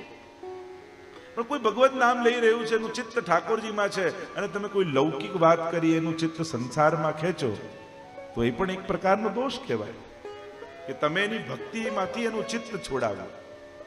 એટલે બને તો જે ભક્તિ કરતા હોય એ સમયે ઘરનું વાતાવરણ પણ એવું રાખીએ કે સેવા કરનારનું મન સેવા છોડીને બહાર ન જાય. એવું વાતાવરણ એ સમય 1 કલાક 2 કલાક સાચવવાના હોય. પછી 22 કલાક તો તમે કહો એમ જ થવાનું છે. પણ ઘરમાં જે ક્ષણે ઠાકોરજી જાગ્યા અને પહોળે ત્યાં સુધી તમારું ઘર બ્રજ બનીને રહે એનો પ્રયાસ કરજો. તમે એટલી ક્ષણ વ્રજવાસી બની જજો, તમારું ઘર નંદાલય થઈ જાય. જો ઘરમાં કેવો આનંદ વ્યાપી જશે. નહીં તો ઘણી વાર થાય ઊંધું, સેવા ચાલુ થાય ને બેન શરૂ થાય. લોકો છોકરાઓ કે હમણાં બાને બોલાવતા નહીં, સેવામાં છે. કારણ કે એવા ગુસ્સામાં ફરતા હોય સેવામાં. ઘણી વાર બને તો સેવામાં બહુ અપેક્ષા રાખી સંસારના લોકો પાસે સેવામાં નહીં જાય. નહીં તો ઉદ્વેગ બને. જો પેલો આ કરતો નથી, આને મેં આમ કીધું આ નથી કરતો, પેલો નથી કરતો. અરે તમને કરવા દે છે ને ઘણું છે, પણ બીજા નથી કરતા એનું ચિંતન કરી કરી મનમાં ઉદ્વેગ રાખીને સેવામાં ન જાઓ. સમય આવે ત્યારે સમજાવો. સત્સંગના સમયે આ જ ચર્ચા કરવાની હોય. ત્યારે કોઈ સત્સંગ માટે કે કોઈ વાત કરવા ભેગા થયા હોય ત્યારે પ્રેરણા કરાય. પણ સેવા કરવા બેઠા હોય ત્યારે જ બધું વિચારવું જરૂરી નથી. એ સમયે તો મનમાં એક જ વૃત્તિ રહેવી જોઈએ, હું અને મારો ઠાકોર. અને કોઈ એટલું મહત્વનું આ દુનિયામાં નથી કે મારા અને ઠાકોરજીની વચ્ચે આવીને મારા મનમાં બેસી જાય. અત્યારે હું કેવલ ઠાકોરજીનું છું. માળા કરો, પાઠ કરો, સેવા કરો ત્યારે ભગવાનના થઈને કરો. અત્યારે હું ઠાકોરજીનો છું. મારી માળા ચાલે છે એટલા પૂરતો હું પ્રભુનો છું. મારા પાઠ ચાલે છે એટલા પૂરતો હું હમણાં ઠાકોરજીનો છું. એમ તો 24 કલાક પ્રભુના થઈને રહેવું જોઈએ, પણ એ આપણા માટે સંભવ નથી હોતું. કમથી કમ ભગવત નામ લઈએ એટલા સમય પૂરતા તો ભગવાનના રહીએ. કમથી કમ સેવા કરીએ એટલા સમય પૂરતા. અને એટલા માટે બહુ તાપ એ સમય નહીં કરે. ઘણા લોકોને બહુ જીવ બળે, અમારા છોકરા નથી કરતા, અમારી વહુ નથી માનતી, અમારો દીકરો નથી અમારો. પણ આ બધું અત્યારે વિચારવાનો ટાઈમ નથી. અત્યારે તમારો છોકરો, વહુ, પતિ બધું ઠાકોરજી જ છે. સેવાના સમયે તમારું સર્વસ્વ તમારો પ્રભુ જ છે. એટલે એ સમયે આ બધું ના વિચાર. એનો એક સમય હોય છે. એ વ્યવહારમાં ઉપદેશ આપવાનો પણ એક બીજો સમય છે. અત્યારે આ એ સમય નથી. અત્યારે તમારા સાચા સગા શ્રીનાથજી, અત્યારે તમારા બધા જ એ પતિ, પુત્ર, પિતા, ભાઈ, બંધુ, સખા સર્વદા સર્વ ભાવેન ભજનીયો વ્રજાધિપ. અત્યારે તો સર્વ ભાવ પ્રભુમાં. એટલે આપ મળે ચિત્ત ઠાકોરજી મારે. આ બીજાને યાદ કરો છો એટલે મન જાય છે. પણ બધું જ પ્રભુ છે એવું વિચારો તો જે વાત કરવી હોય ઠાકોરજી આગળ જ કરવી પડશે. કારણ કે તમારો ભાઈ પણ એ છે, પતિ પણ એ છે, બંધુ પણ એ છે, સખા પણ એ છે, પિતા પણ એ છે. સેવા કરવા બેઠા હો ત્યારે બધું આ જ છે. એટલે આ બધાને જે કેવું હતું ને એ બધું ઠાકોરજીને સંભળાવી દઉં. જાઓ, વાંધો નથી. તમારે જે ઝઘડો કરવો હોય ઠાકોર સાથે કરી લો. ચિત્ત પ્રભુમાં રહે સેવા જ છે. ઝઘડો કરો કે પ્રેમ કરો. આપણે ત્યાં તો ક્રોધ કર્યો, 100 અપશબ્દો બોલ્યા શિશુપાલ, તોય ઉદ્ધાર કરે. અને 100 વખત ઠાકોરજીમાં ચિત્ત રહ્યું તો ઉદ્ધાર થાય. એટલે કહું, વેર બાંધવો એને પણ તામસ ભક્ત કહે છે કપિલ ભગવાન, કે વેર ભાવથી ભગવાનને ભજે છે. પ્રેમ ના થતો હોય તો ઝઘડો કરો ઠાકોર સાથે, પણ એવો ઝઘડો કરો કે એના સિવાય બીજું કોઈ મનમાં જ ના આવે, તોય તમારો ઉદ્ધાર થઈ જશે. વેર બાંધવો તેની જોડે બાંધો. તમારે નક્કી કંસ બનીને ભક્તિ કરવી છે કે ગોપી બની. જેવી કરશો પ્રભુ એવો પ્રતિસાદ આપશે. ये यथा माम प्रपद्यन्ते तांस थયું ભજામ્ય હમ. જે રીતે મને ભજે હું પણ એને એ રીતે ભજું છું. તો જે બહુલાવનની લીલા અને આ રીતે એને સંકોચ થયો, પોતાની ભૂલ સમજાઈ સાસુને કે અરે જો મેં શંકા કરી તો આમ થયું. પણ એ સમયે સિંહ અને ગાય રૂપે સ્વયં ઠાકોરજી અને ચંદ્રાવલીજી બિરાજે છે. એવી આપણે ત્યાં રસમય લીલા છે. ગર્ગ સંહિતામાં પણ એમ કહેવાય છે કે જ્યારે પ્રભુ વેણુનાદ કરતા કરતા અહીંયા બહુલાવનમાં આવ્યા ચંદ્રાવલીજીને મળવા માટે. અને બહુલાવનમાં આવ્યા ત્યારે ચંદ્રાવલીજીએ કહ્યું કે આપને મળવા હું બહુલાવન જેવા સુંદર વનમાં આવી છું, તો અત્યારે આપ વેણુમાં મેઘ મલાર વગાડો અને વર્ષા પાડો. અને કહેવાય છે લીલાત્મક પ્રસંગોમાં કે એ સમયે ઠાકોરજીએ વેણુમાં મેઘ મલાર રાગ વગાડ્યો. અને જ્યાં મેઘ મલાર રાગ વાગ્યો, દૂર દૂરથી વાદળો ઉમટવા લાગ્યા, ઘટાઓ ઘૂમડવા લાગી. કાળા ડિબાંગ વાદળો ચારે બાજુ બહુલાવનમાં ઘેરાઈ ગયા. હમણાં થોડી વાર પહેલા હતા ને કાળા, કલાક પહેલા એવા. અને જ્યાં પ્રભુએ સ્વર વેણુ મેઘ મલારના ભર્યા અને એવા સુંદર વર્ષા ઋતુના વાતાવરણ સર્જાયા અને બૂંદો પડવા લાગી. મલાર રાગની ગૂંજ ચારે બાજુ ગુંજવા લાગી અને વાદળોમાંથી વર્ષા થવા લાગી. અને ત્યારે ઠાકોરજી અને ચંદ્રાવલીજી એક રજાઈ લઈ, ચાદર લઈ અને એક વૃક્ષની નીચે બિરાજી ગયા અને વર્ષા ઋતુનો આનંદ લેવા લાગ્યા.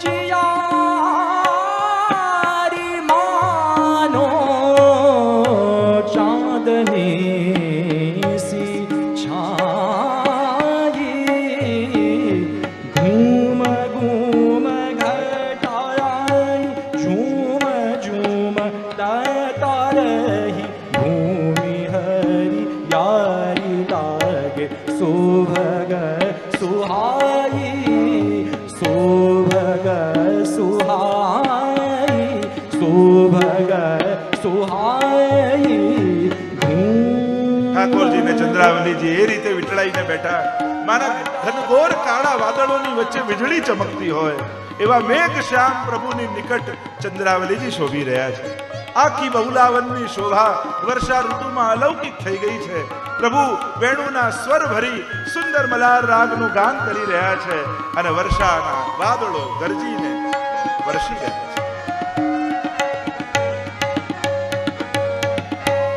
તનન તન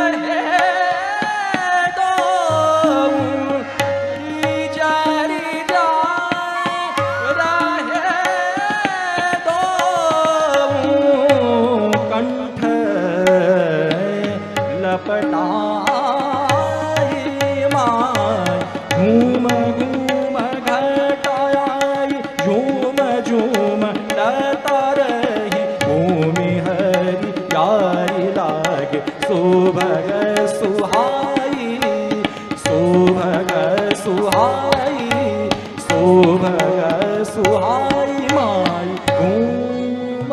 અને આમ અલૌકિક વર્ષા ઋતુનો અનુભવ બહુલાવનમાં ઠાકોરજી અને ચંદ્રાવલીજીએ કર્યો.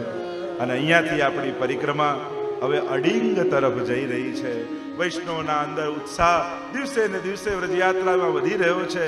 વ્રજના એક એક ભૂમિનો આનંદ લઈ, એક એક લીલાનું અનુસંધાન કરી વૈષ્ણવ નિત્ય પ્રાતઃકાલ ઉઠી અને આગળના મુકામ તરફ જાય. અને બધી જ તૈયારીઓ કરી વૈષ્ણવ ચાલ્યા છે. અને દરેકના મુખમાં એક જ સ્વર છે, મથુરામાં શ્રીનાથજી, ગોકુળમાં શ્રીનાથજી, યમુનાજીના કાંઠે રમતા રંગીલા શ્રીનાથજી, રંગીલા શ્રીનાથજી, અલબેલા શ્રીનાથજી, વલ્લભ કુળના વાલા બોલો રંગીલા શ્રીનાથ. પરિક્રમા આગળ ચાલી રહી છે. અડિંગ તરફ જઈ તો રહ્યા છીએ, પણ વચમાં અનેક સ્થાનો લીલાના આવે છે. બહુલાવનથી અડિંગ જતા મોરવન, ત્યાં મોરકુંડ છે, મોર બિહારીજીના દર્શન કર્યા. પ્રભુ મયુર બનીને અહીંયા પ્રગટ થઈને લીલાના અનુભવ કરાવ્યા હતા. આગળ સકના ગામ આવ્યું, બલભદ્ર કુંડ છે, ગોરે દાઉજીના દર્શન કર્યા. ગૌર રૂપે દાઉજી બિરાજમાન છે. આગળ આવ્યું તોષ ગામ. તોષ ગામ ઠાકોરજી સખાઓની સાથે આ તોષ ગામમાં પધારે છે. ગાયોને ચરાવતા ચરાવતા અને ગાયો અહીંયા જળ પીને તૃપ્ત થાય છે, એટલે આનું નામ છે તોષ. યા તોક સખાનું આ ગામ છે, એવો પણ એક ભાવ છે. પ્રભુના અનેક સખાઓ છે, કારણ કે ભાગવતજીમાં સખાઓના નામ આપ્યા છે, પણ સખીઓના નામ નથી. એટલે તોક સખા, સખાઓની અનેક ચરિત્રો ભગવદીઓની વાણીમાં પણ સખાઓના નામ પ્રાપ્ત થાય છે. એ તોક સખાનું આ ગામ છે એમ કહેવાય છે. સંતોષ જ્યાં થાય એ તોષ. રાધા રમણજી અને ગોપાલજીના મંદિર છે. અહીંયાથી થોડીક દૂર આગળ જતા કૃષ્ણ વિહાર કુંડ છે, અને ત્યાં જલ વિહાર ઠાકોરજીએ કર્યો છે. કદમખંડીમાં પ્રભુના ચરણ ચિહ્નોના ચિહ્ન છે. આગળ જતા એક કદમખંડી આવે છે, અને ઠાકોરજી સંધ્યાના સમયે ગાયો જ્યાં દૂર દૂર ચરતી હોય ત્યારે કદંબની ઉપર ચડી જાય, અને કદંબની ઉપર ચડી અધર પર વેણું પધરાવીને વેણુનો નાદ કરે. અને વેણુનો નાદ ચારે બાજુ વ્યાપે એટલે દૂર દૂર ચરતી ગાયોના કાન ઊંચા થઈ જાય. અરે ગોકુલ જાવે કો સમય હો ગયો, એટલે દોડતી કૂદતી ભાગતી ગાયો બધી જ કદંબના વૃક્ષની આસપાસ આવીને ગોઠવાઈ જાય. તો ઠાકોરજી જે કદંબ ઉપર ચડીને વેણુનાદ કરે અને ત્યાં ચઢ્યા ને જ્યાં ચરણ પધરાવ્યા, તો આજે પણ એ કદંબનું વૃક્ષ છે જ્યાં ઠાકોરજીના ચરણ ચિહ્ન છે. આટલા હજારો વર્ષ બાદ પણ પ્રભુના ચરણ ચિહ્નોને સંગ્રહિત કરીને રાખ્યા છે. અને ત્યાંથી ઠાકોરજી ગાયોને બોલાવી અને ગોકુલ તરફ આગે ગાય પાછે ગાય, એત ગાય ઉત ગાય, ગાયોના વૃંદને લઈને પાછા ગોકુલ પધારે. તો આ કદમખંડીમાં પ્રભુના ચરણ ચિહ્નો છે. આગળ અડિંગ તરફ જતા જીખીન ગામ આવે છે. રેવતી કુંડ ઉપર બાઉજીનું મંદિર છે, રેણુકુંડ છે. શંખચૂડનો ઉદ્ધાર કરી અને માથાનો મણિ બલદેવજીને આપ્યો, એ આ સ્થાન છે એમ કહેવાય છે. જીખીન ગામમાં આગળ સરગામ શ્રી યમુનાજીની કુંજ છે. જસોલી અને બસોંદી ગામ આવે છે. સૂર્યકુંડ, બલભદ્ર કુંડ આવે છે. જસુમતી નામની સખીએ પ્રભુને મેળવવા માટે અહીંયા સાધના કરી હતી. બસોતી ગામમાં વસંત કુંડ છે, લલિતા કુંડ છે. રાજ કદંબનું વૃક્ષ અહીંયા છે, જે વૃક્ષ ઉપર ઠાકોરજીના મુકુટના ચિહ્નના દર્શન છે, એને રાજ કદમ કહેવાય. આગળ જતા એ કદંબ ઉપર તમે જુઓ તો ઠાકોરજી કદમ પર ચડી અને વૃક્ષ ઉપર ચડીને વેણુનાદ કરવા જાય ત્યારે આપનો મુકુટની છાપ એ વૃક્ષ ઉપર રહી જાય. તો આજે પણ એ છાપ પ્રભુના મુકુટની એ કદંબના વૃક્ષ ઉપર છે. એ રાજ કદમ નામનું વૃક્ષ છે. અહીં એક પ્રાચીન વટ વૃક્ષ છે જેની ડાળ ઉપર યુગલ સ્વરૂપ ઝૂલ્યા હતા. એ ડાલી આજે પણ છે. અને પ્રભુ ગૌચાણ કરતા પધાર્યા અને અહીંયા બસંતી સખીની છાક ઠાકોરજી આરોગ્યા હતા. એનું પણ એક સ્થળ આગળ છે. અને અહીંયા આગળ જતા અડિંગ ગામ આવ્યું. અડિંગ ગામ પ્રસિદ્ધ છે. એક ભાગવત અનુસાર કથા એ છે કે ભગવાને અરિષ્ટાસુરનો ઉદ્ધાર અહીંયા અડિંગમાં કર્યો. તો અરિષ્ટના અપભ્રંશમાંથી અડિંગ નામ થઈ ગયું. અરિષ્ટનું અપભ્રંશ થયું એટલે અડિંગ નામ થઈ ગયું. પણ અરિષ્ટાસુરનો ઉદ્ધાર પ્રભુએ આ સ્થાનમાં કર્યો. ભાગવતજીમાં પણ જ્યારે તમે આ કથા સાંભળો ને, આ બધી કે પૂતના મરી, અઘાસુર ગયો, બકાસુર માર્યો, ધેનુકાસુર માર્યો, ત્યારે એમ નહીં વિચારવું કે ભગવાને કોઈ અસુરને માર્યો. મનમાં ભાવ એ રાખવો કે અત્યારે ભગવાન ભાગવત રૂપે સામે છે અને આ બધા અસુરો જુદી જુદી વૃત્તિ રૂપે મારા મનમાં છે. અને કથામાં જ્યારે એમ કહેવાય કે પૂતના મરી, ત્યારે શ્રોતાએ એમ ભાવ કરો કે મારા અંદર રહેલી અવિદ્યાને ભાગવત રૂપી ભગવાને મારી નાખી. આજે મારી અવિદ્યા ગઈ. ધેનુકાસુર મર્યો, આવું સાંભળો ત્યારે મનમાં ભાવ એવો કરો કે ભાગવત રૂપી ભગવાને મારા દેહાધ્યાસને આજે મારી નાખી. કાલીય નાગનું દમન કર્યું તો ભાગવત રૂપી ભગવાને મારા ઇન્દ્રિયોનું દમન કરી લીધું. આજે હવે ક્યાંય નહીં ભટકે. એમ પોતાની જોડે આત્મસાત કરીને કથા સાંભળી અને આ ભાવથી શ્રવણ કરશો તો ખરેખર ભાગવત રૂપી ભગવાન આપણી અંદર રહેલા પાંચે અધ્યાસોને દૂર કરી દેશે. એટલે કોઈક જગ્યાએ ઘટના ઘટી રહી છે એ રીતે દ્રષ્ટા બનીને નહીં બેસવું, પણ પોતે એના એક ભાગ બની જવું કે આ ગોકુલ એટલે મારું હૃદય અને એમાં આવેલા આ જુદી જુદી વૃત્તિ રૂપે અસુરો અને પ્રભુ કથા માધ્યમ બની. કારણ કે જેવો અસુર એવો અવતાર. હિરણ્યાક્ષને મારવો છે તો ભગવાન વરાહ બની જાય, હિરણ્યકશિપુને મારવો છે તો વરદાન માંગી લે તો ભગવાન નરસિંહ બની જાય. ન પશુ ન નર ન સવાર ન રાત ન અસ્ત્ર ન શસ્ત્ર, એવો અવતાર. તો અત્યારે કથામાં અસુર કોણ છે? તો કે મારી અંદર રહેલા આ જુદી જુદી દુર્વૃત્તિ રૂપી અસુરો છે. અને કઈ રીતે મરશે? કારણ કે અત્યારે વૃત્તિ રૂપે છે. તો આ વૃત્તિઓ વાણી રૂપ ભગવાનના અવતાર ભાગવતથી મરશે. અને એટલા માટે ભગવાને આ વાંગમય અવતાર લીધો છે, કારણ કે આ વિચાર રૂપ મારી અંદર અસુરો છે અને એ વાણીથી હણાશે. તો અરિષ્ટાસુરનો ઉદ્ધાર કર્યો અને ના અપભ્રંશ પરથી અડિંગ બન્યું.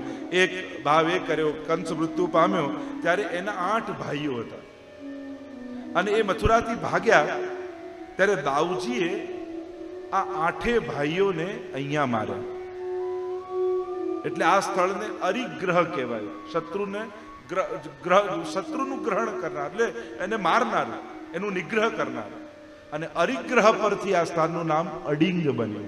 એવું પણ એક મત છે કે 8 ભાઈઓને દાઉજી અહીંયા માર્યા અને અરિગ્રહ પરથી અડિંગ નામ થયું.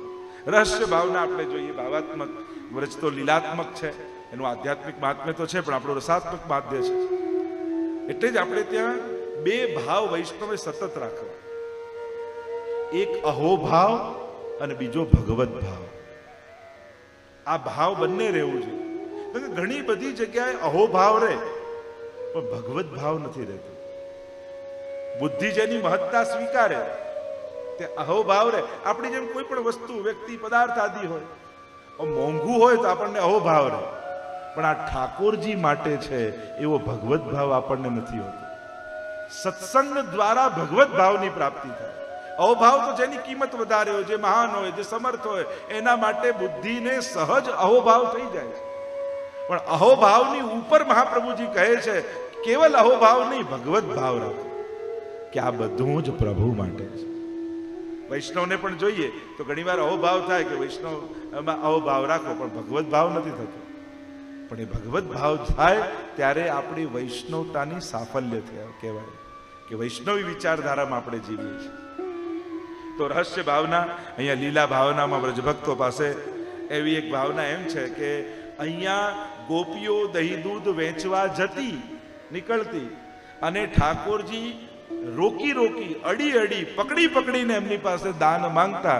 તો અડીને માંગતા એટલેનું નામ પડી ગયું અડિંગ.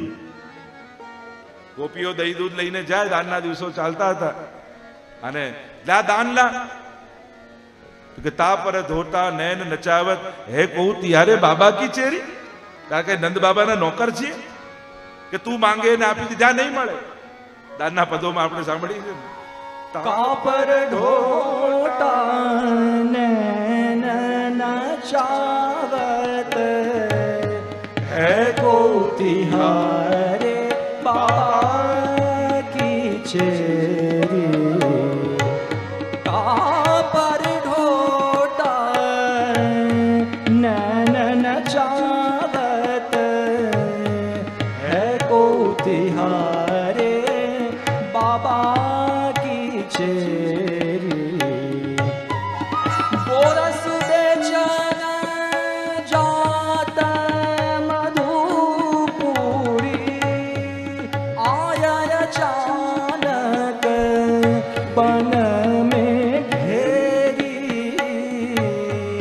है को तिहारे बाबा की चेरी।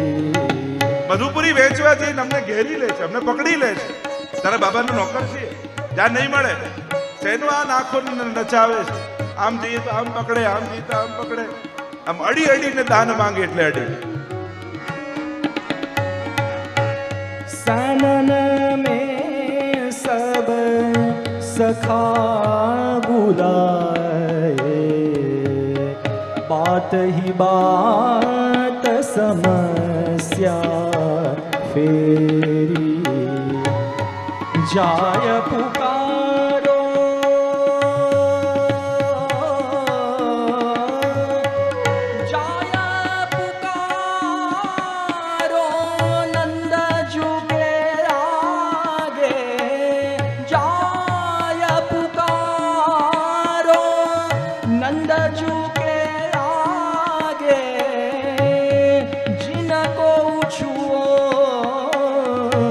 मटुकिया मेरी।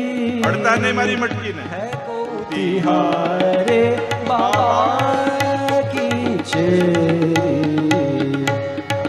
गोकुल बस तुम भीठ भये हो, गोकुल बस तुम भीठ भये हो।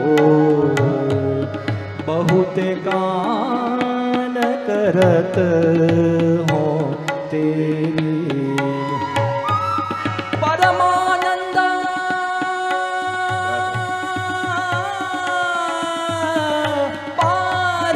परमानंद दास को ठाकुर बल बल जाऊं श्याम घन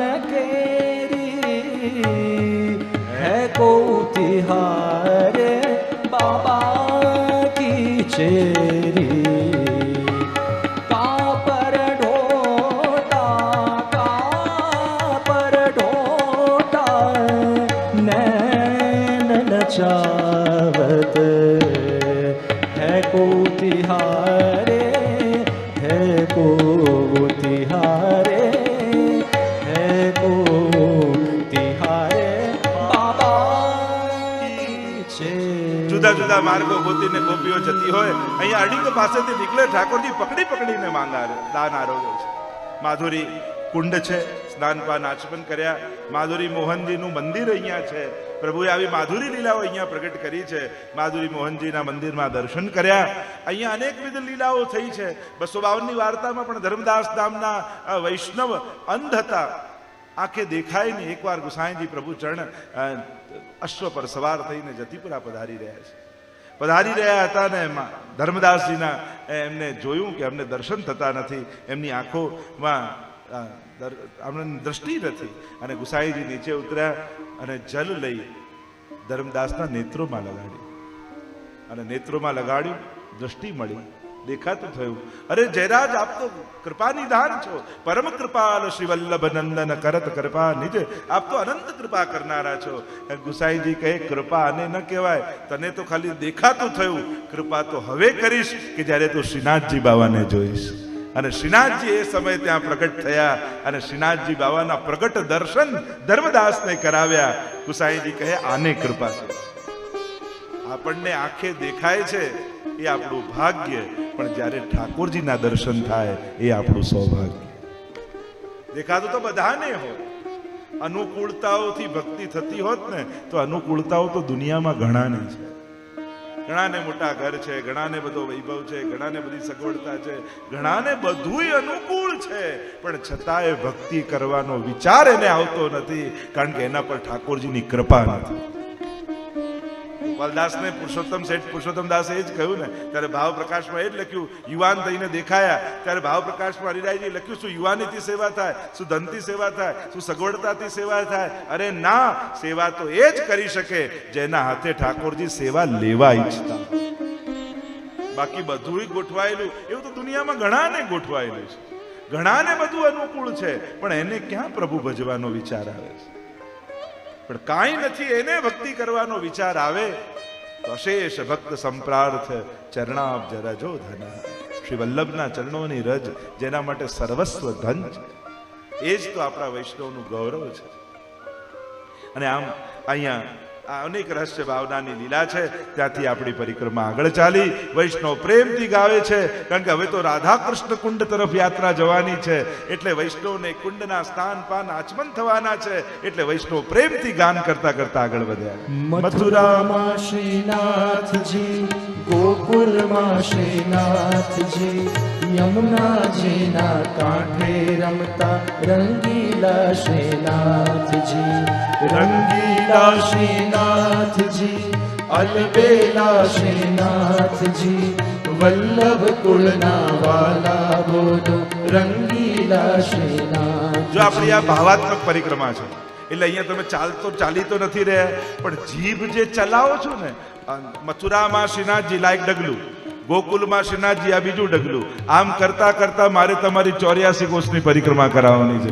આવો, પેર ન ચલે તો જીવા કો ચલાવો. મથુરામાં શ્રીનાથજી, ગોકુલમાં શ્રીનાથજી, યમુનાજીના કાંઠે રમતા રંગીલા શ્રીનાથજી, રંગીલા શ્રીનાથજી, અલબેલા શ્રીનાથજી, વલ્લભ કુળના વાલા બોલો રંગીલા શ્રીનાથ. પરિક્રમા પહોંચી રાધા કૃષ્ણ કુંડ.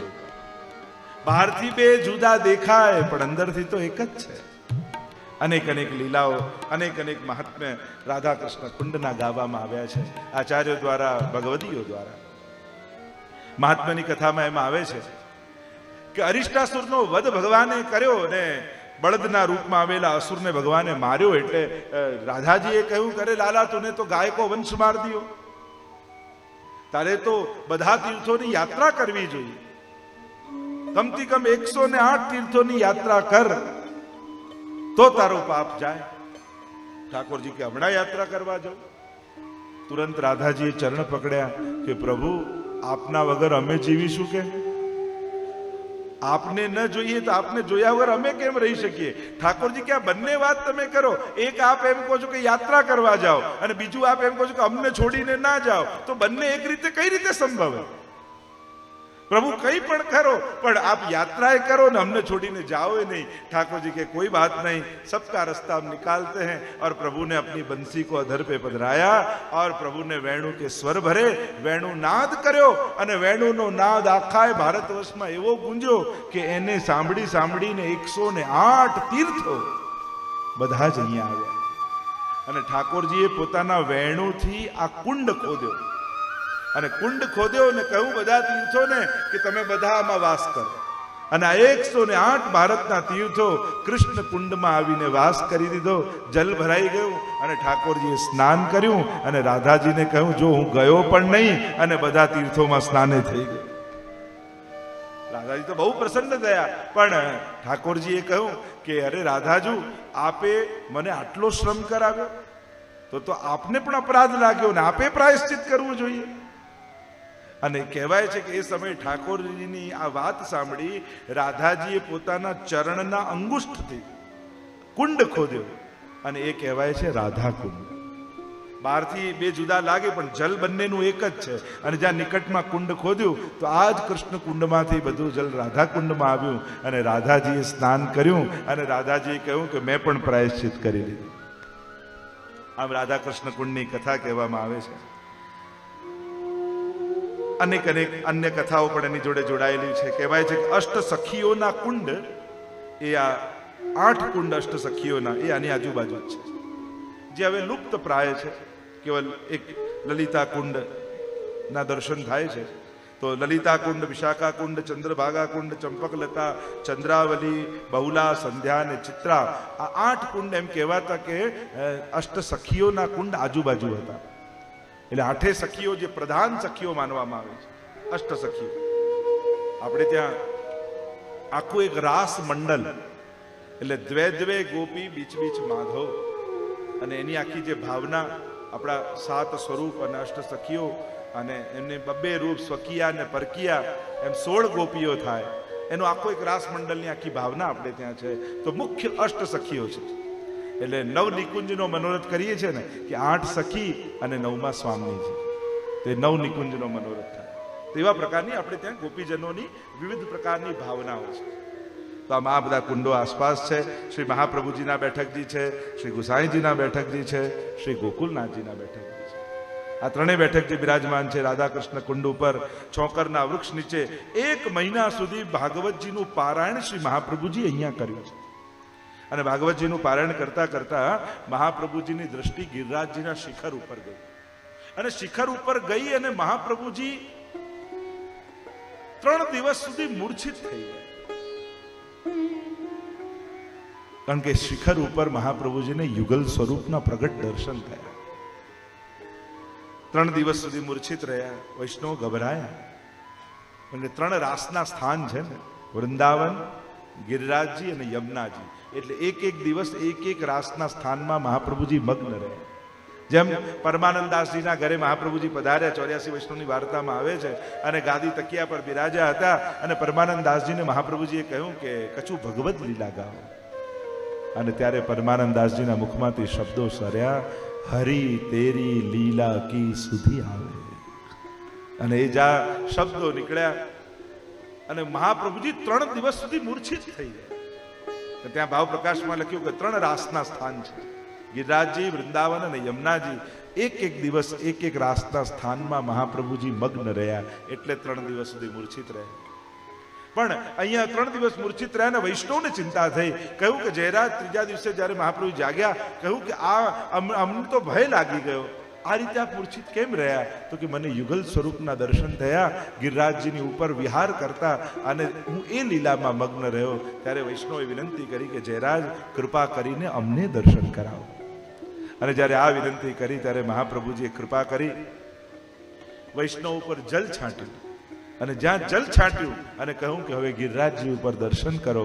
અને જ્યાં ગિરિરાજજી પર જોયું તો યુગલ સ્વરૂપનો વિહાર કરતા પ્રગટ નેત્રોથી સર્વ વૈષ્ણવને દર્શન થયા. એવી કૃપા મહાપ્રભુજી અહીંયા કરી. સંધ્યાવંદનના મહાપ્રભુજીના બેઠકજી છે, એની પણ ચર્ચા આવી. ગુસાઈજીના બેઠકજી છે. એકવાર કુંડ પાસે ગુસાઈજી બિરાજ્યા હતા.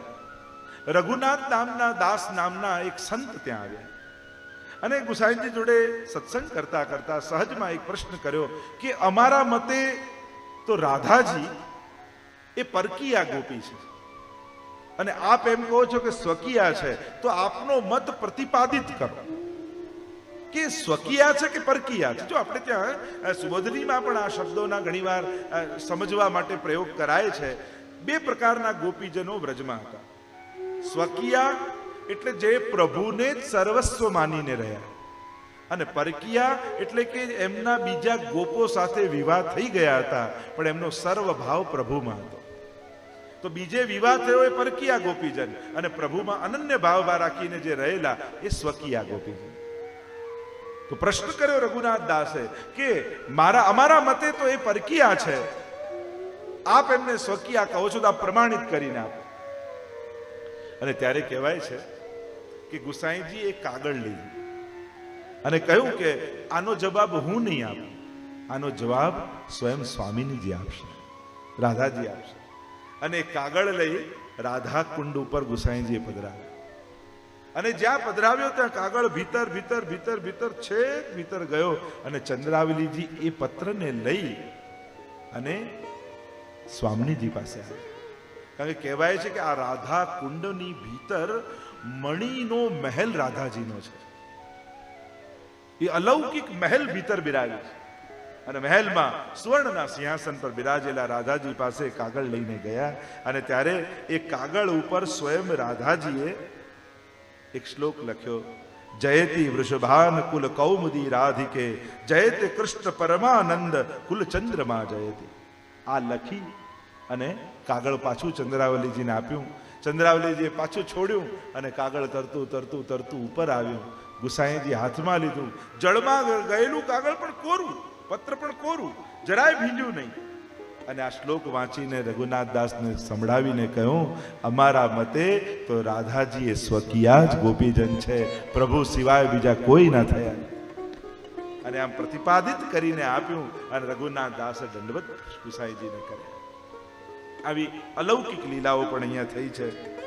ગોકુલનાથજી એ પણ ભાગવતજીનું પારાયણ અહીંયા કર્યું છે. બોલો ગોકુલનાથ કી જય.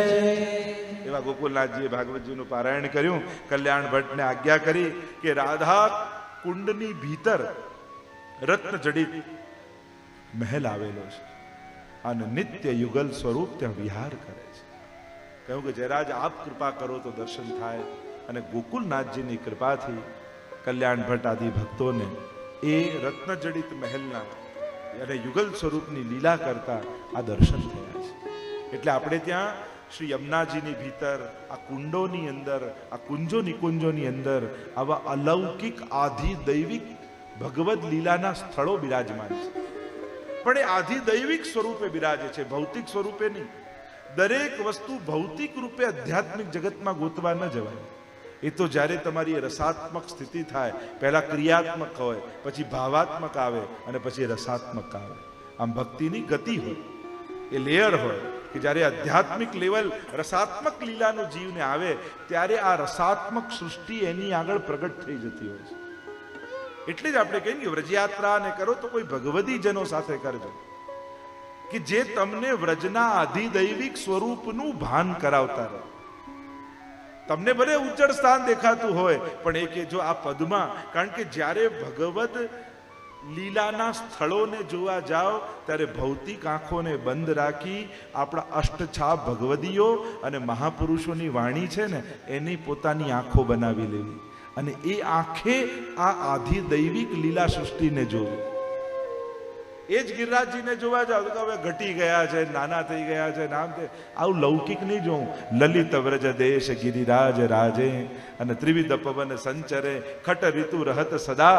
આ ભાવ આંખોમાં વસાવી લેવો, આ પદને આંખોમાં વસાવી લેવું, આ કીર્તનને આંખોમાં વસાવી લેવું અને પછી ગિરિરાજજીના દર્શન કરવા. એ રીતે યમુનાજીને જો દર્શન કરવા જાવ, શ્યામ સંગ શ્યામ વહે રહી શ્રી યમને. જુઓ ને કેવા ઠાકોરજી જોડે શ્યામ થઈને વહી રહ્યા છે. આ ભગવદીઓની વાણીને પોતાની આંખોમાં આંજી લેવી. એટલે કે અજ્ઞાન તિમિરાન દશ્ય જ્ઞાનાંજન શલાલ. આ જ્ઞાનનું અંજન આંજવું એટલે શું? શું બધું ગોખી લેવા શ્લોકો એને જ્ઞાનનું અંજન કહેવાય? ના, આ ભગવદીઓના ભાવને પોતાની આંખોમાં આંજી અને પછી ભગવત ધામને જોવું તો આખું ભગવત ધામ અલૌકિક દેખાશે. આ છે જ્ઞાનનું અંજન આંજવું. અને એટલા માટે લૌકિક આંખે અલૌકિક તત્વોને નહીં જોવા, નહીં તો લૌકિકતા જ જોશે. શ્રી મહાપ્રભુજીને જો જેમ બીજા મનુષ્ય હોય એવા કોઈ મહાપુરુષ છે? અરે ના, પદ્મનાભદાસજીની આંખે જુઓ ને કે કેવા શ્રી વલ્લભ રૂપ સુરંગે અંગ અંગ પ્રતિભાવન કે ભૂષણ વૃંદાવન સંપત્તિ અંગ. ગુસાઈજીની આંખે જુઓ શ્રીમદ વૃંદાવનેન્દુ પ્રકટિત રસિકાનંદ સંદોહ રૂપ સ્ફુર્જત દ્રાસાદિ લીલા વૃત જલદી ભરાક્રાંત સર્વોપી શશ્વત. ગુસાઈજીની આંખે જુઓ મહાપ્રભુજીને, તમારી આંખે ન જુઓ. આ જ્ઞાનનું અંજન આંજો. વૃંદાવનને જુઓ તો ભગવદીઓની આંખે એક પલક જો રહીએ વૃંદાવન. કેવા કેવા ભગવદીઓના વચનો છે. આ બધું સ્મરણ કરતા કરતા દર્શન કરો ત્યારે જુઓ વ્રજ કેવું આધિ દૈવિક લાગે છે. આ એક એક લીલાના સ્થળો તો આપણું જગત આખું અલૌકિક જગત થઈ જાય. તમે ક્યારે વ્રજનું દર્શન કરો તો ગોપાલદાસનું આ પ્રથમ આખ્યાન, ગોલોક ધામમાં જે લીલાના દર્શન એમને થયા છે, આજ યમુનાજી, આજ ગિરિરાજજી, આજ વૃંદાવન.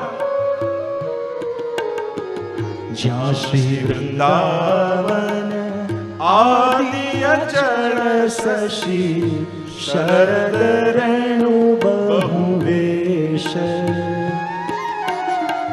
વન દેવી પદ કુમ કુમ મુખ સુખ પરસે રંગ વિશેષ. જ્યાં સરિતા ચામી કરમણી ગણ ઉભય બદ્ધ સોપાન. કમલ કુમુદ નાનાદિ સુંદર મધુર કરે ત્યાં ગાન. કનકલતા માલતી મલ્લિકા વિવિધ કુસુમ મકરંદ શીતલ પવન ઝકોરે લહેરે પરસે અતિ આનંદ પદ્મરાગ મરકત મણિ સ્ફાટિક શ્રી ગોવર્ધન સોહે બ્રહ્મા રુદ્ર ત્યાં કોણ બાપડા શ્રી હરિના મન મોહે. કેવું છે વૃંદાવન, કેવું છે યમુનાજીનો તટ, કેવા છે ગિરિરાજજી. ગોપાલદાસને ચરવિત તાંબુલ મુખમાં મૂક્યું અને ગોલોક ધામમાં કેવું બ્રજ છે, જે બ્રજ ભૂતલ પર આવ્યું છે એના દર્શન ગુસાઈજીએ પોતાની નિકટ બેઠા બેઠા કરાવી દીધા.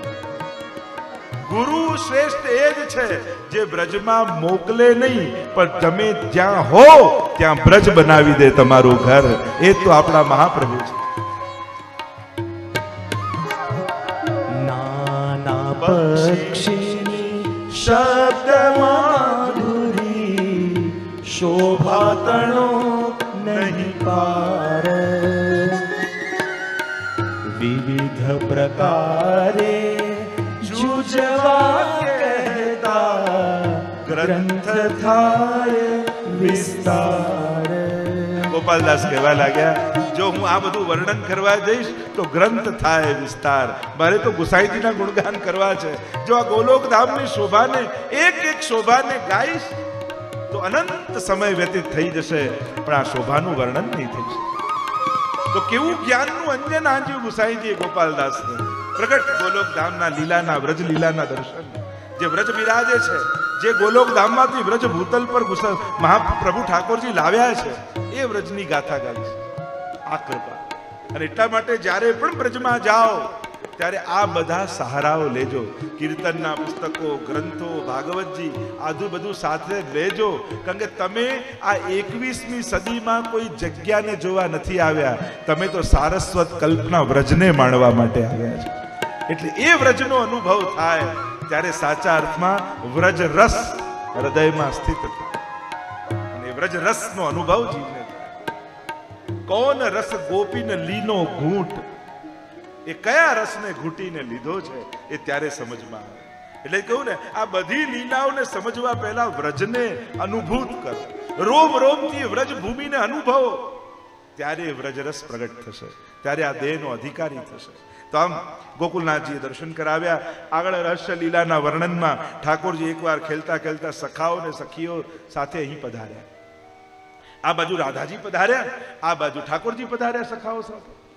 અને સખાઓ બધા આગળ આવ્યા, ગોપીજનો ઠાડા હતા અને કહેવા લાગ્યા, અમારા પ્રભુ તો એવા સુંદર છે, તમારા રાધાજીની કોઈ વિસાત નહીં એમની આગળ.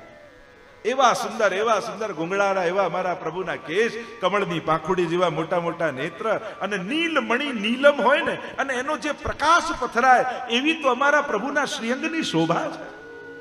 અને એમાં પણ હીરાના કુંડળ ઠાકોરજીએ ધર્યા હોય, અને એની શ્વેત કિરણો જ્યારે ગાલ ઉપર પડે અને પ્રભુની એ ઝાંખી જે આભા ઊભી થાય, એનું તો શું વર્ણન કરીએ. અને એમાં પણ પ્રભુએ જો બીડું આરોગ્યું હોય અને એની પીક એની લાલાશ થોડી ગાલ ઉપર આવી જાય, અને ત્યારે તો પચરંગ ભય નંદલાલ, આપ તો એવા 5 રંગ આપના મુખારવિંદ પર દેખાય, એવી શોભા, એવી શોભા. સખીઓ કહે, બોલી લીધું, આ બધું ઠીક, પણ અમારા રાધાજીની આગળ તો તમારા 100 કનૈયાઓને નોછાવર કરી દઈએ એવા અમારા રાધાજી છે. એવી ચંદ્રમાની આભા, કરોડો ચંદ્રમાને ભેગા કરો અને જે પ્રકાશ પથરાય એવી શોભા તો અમારા રાધાજીના મુખારવિંદની છે.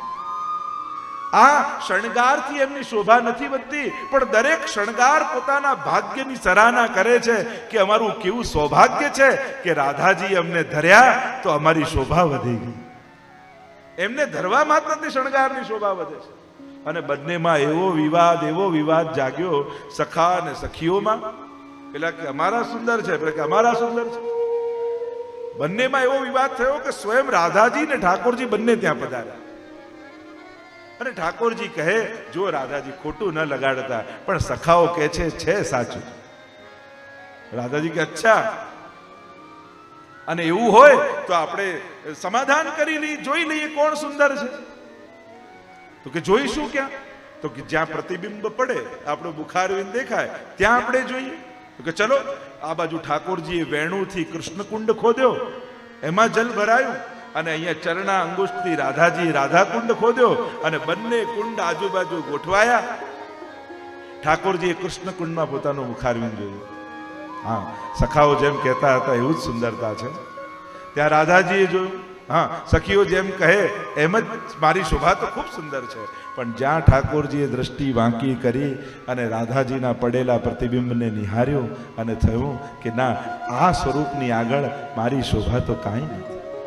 અને જ્યાં રાધાજીએ ઠાકોરજીના પ્રતિબિંબને જોયું અને કહ્યું ના ના, પ્રભુના સ્વરૂપની આગળ મારું તો કાંઈ નથી. પણ અહીંયા તો સખા અને સખીમાં હોડ છે, અને ઠાકોરજીને સખી તેરો મુખ નીકો કે મેરો મુખ પ્યારી, દર્પણ હાથ લીએ નંદ નંદન, સાચી કહો વૃષભાન દુલારી. આપણે પદ ગાઈએ છે ને, મેરો મુખ નીકો કે તેરો રોરી પ્યારી, મેરો મુખ નીકો કે તેરો રી પ્યારી,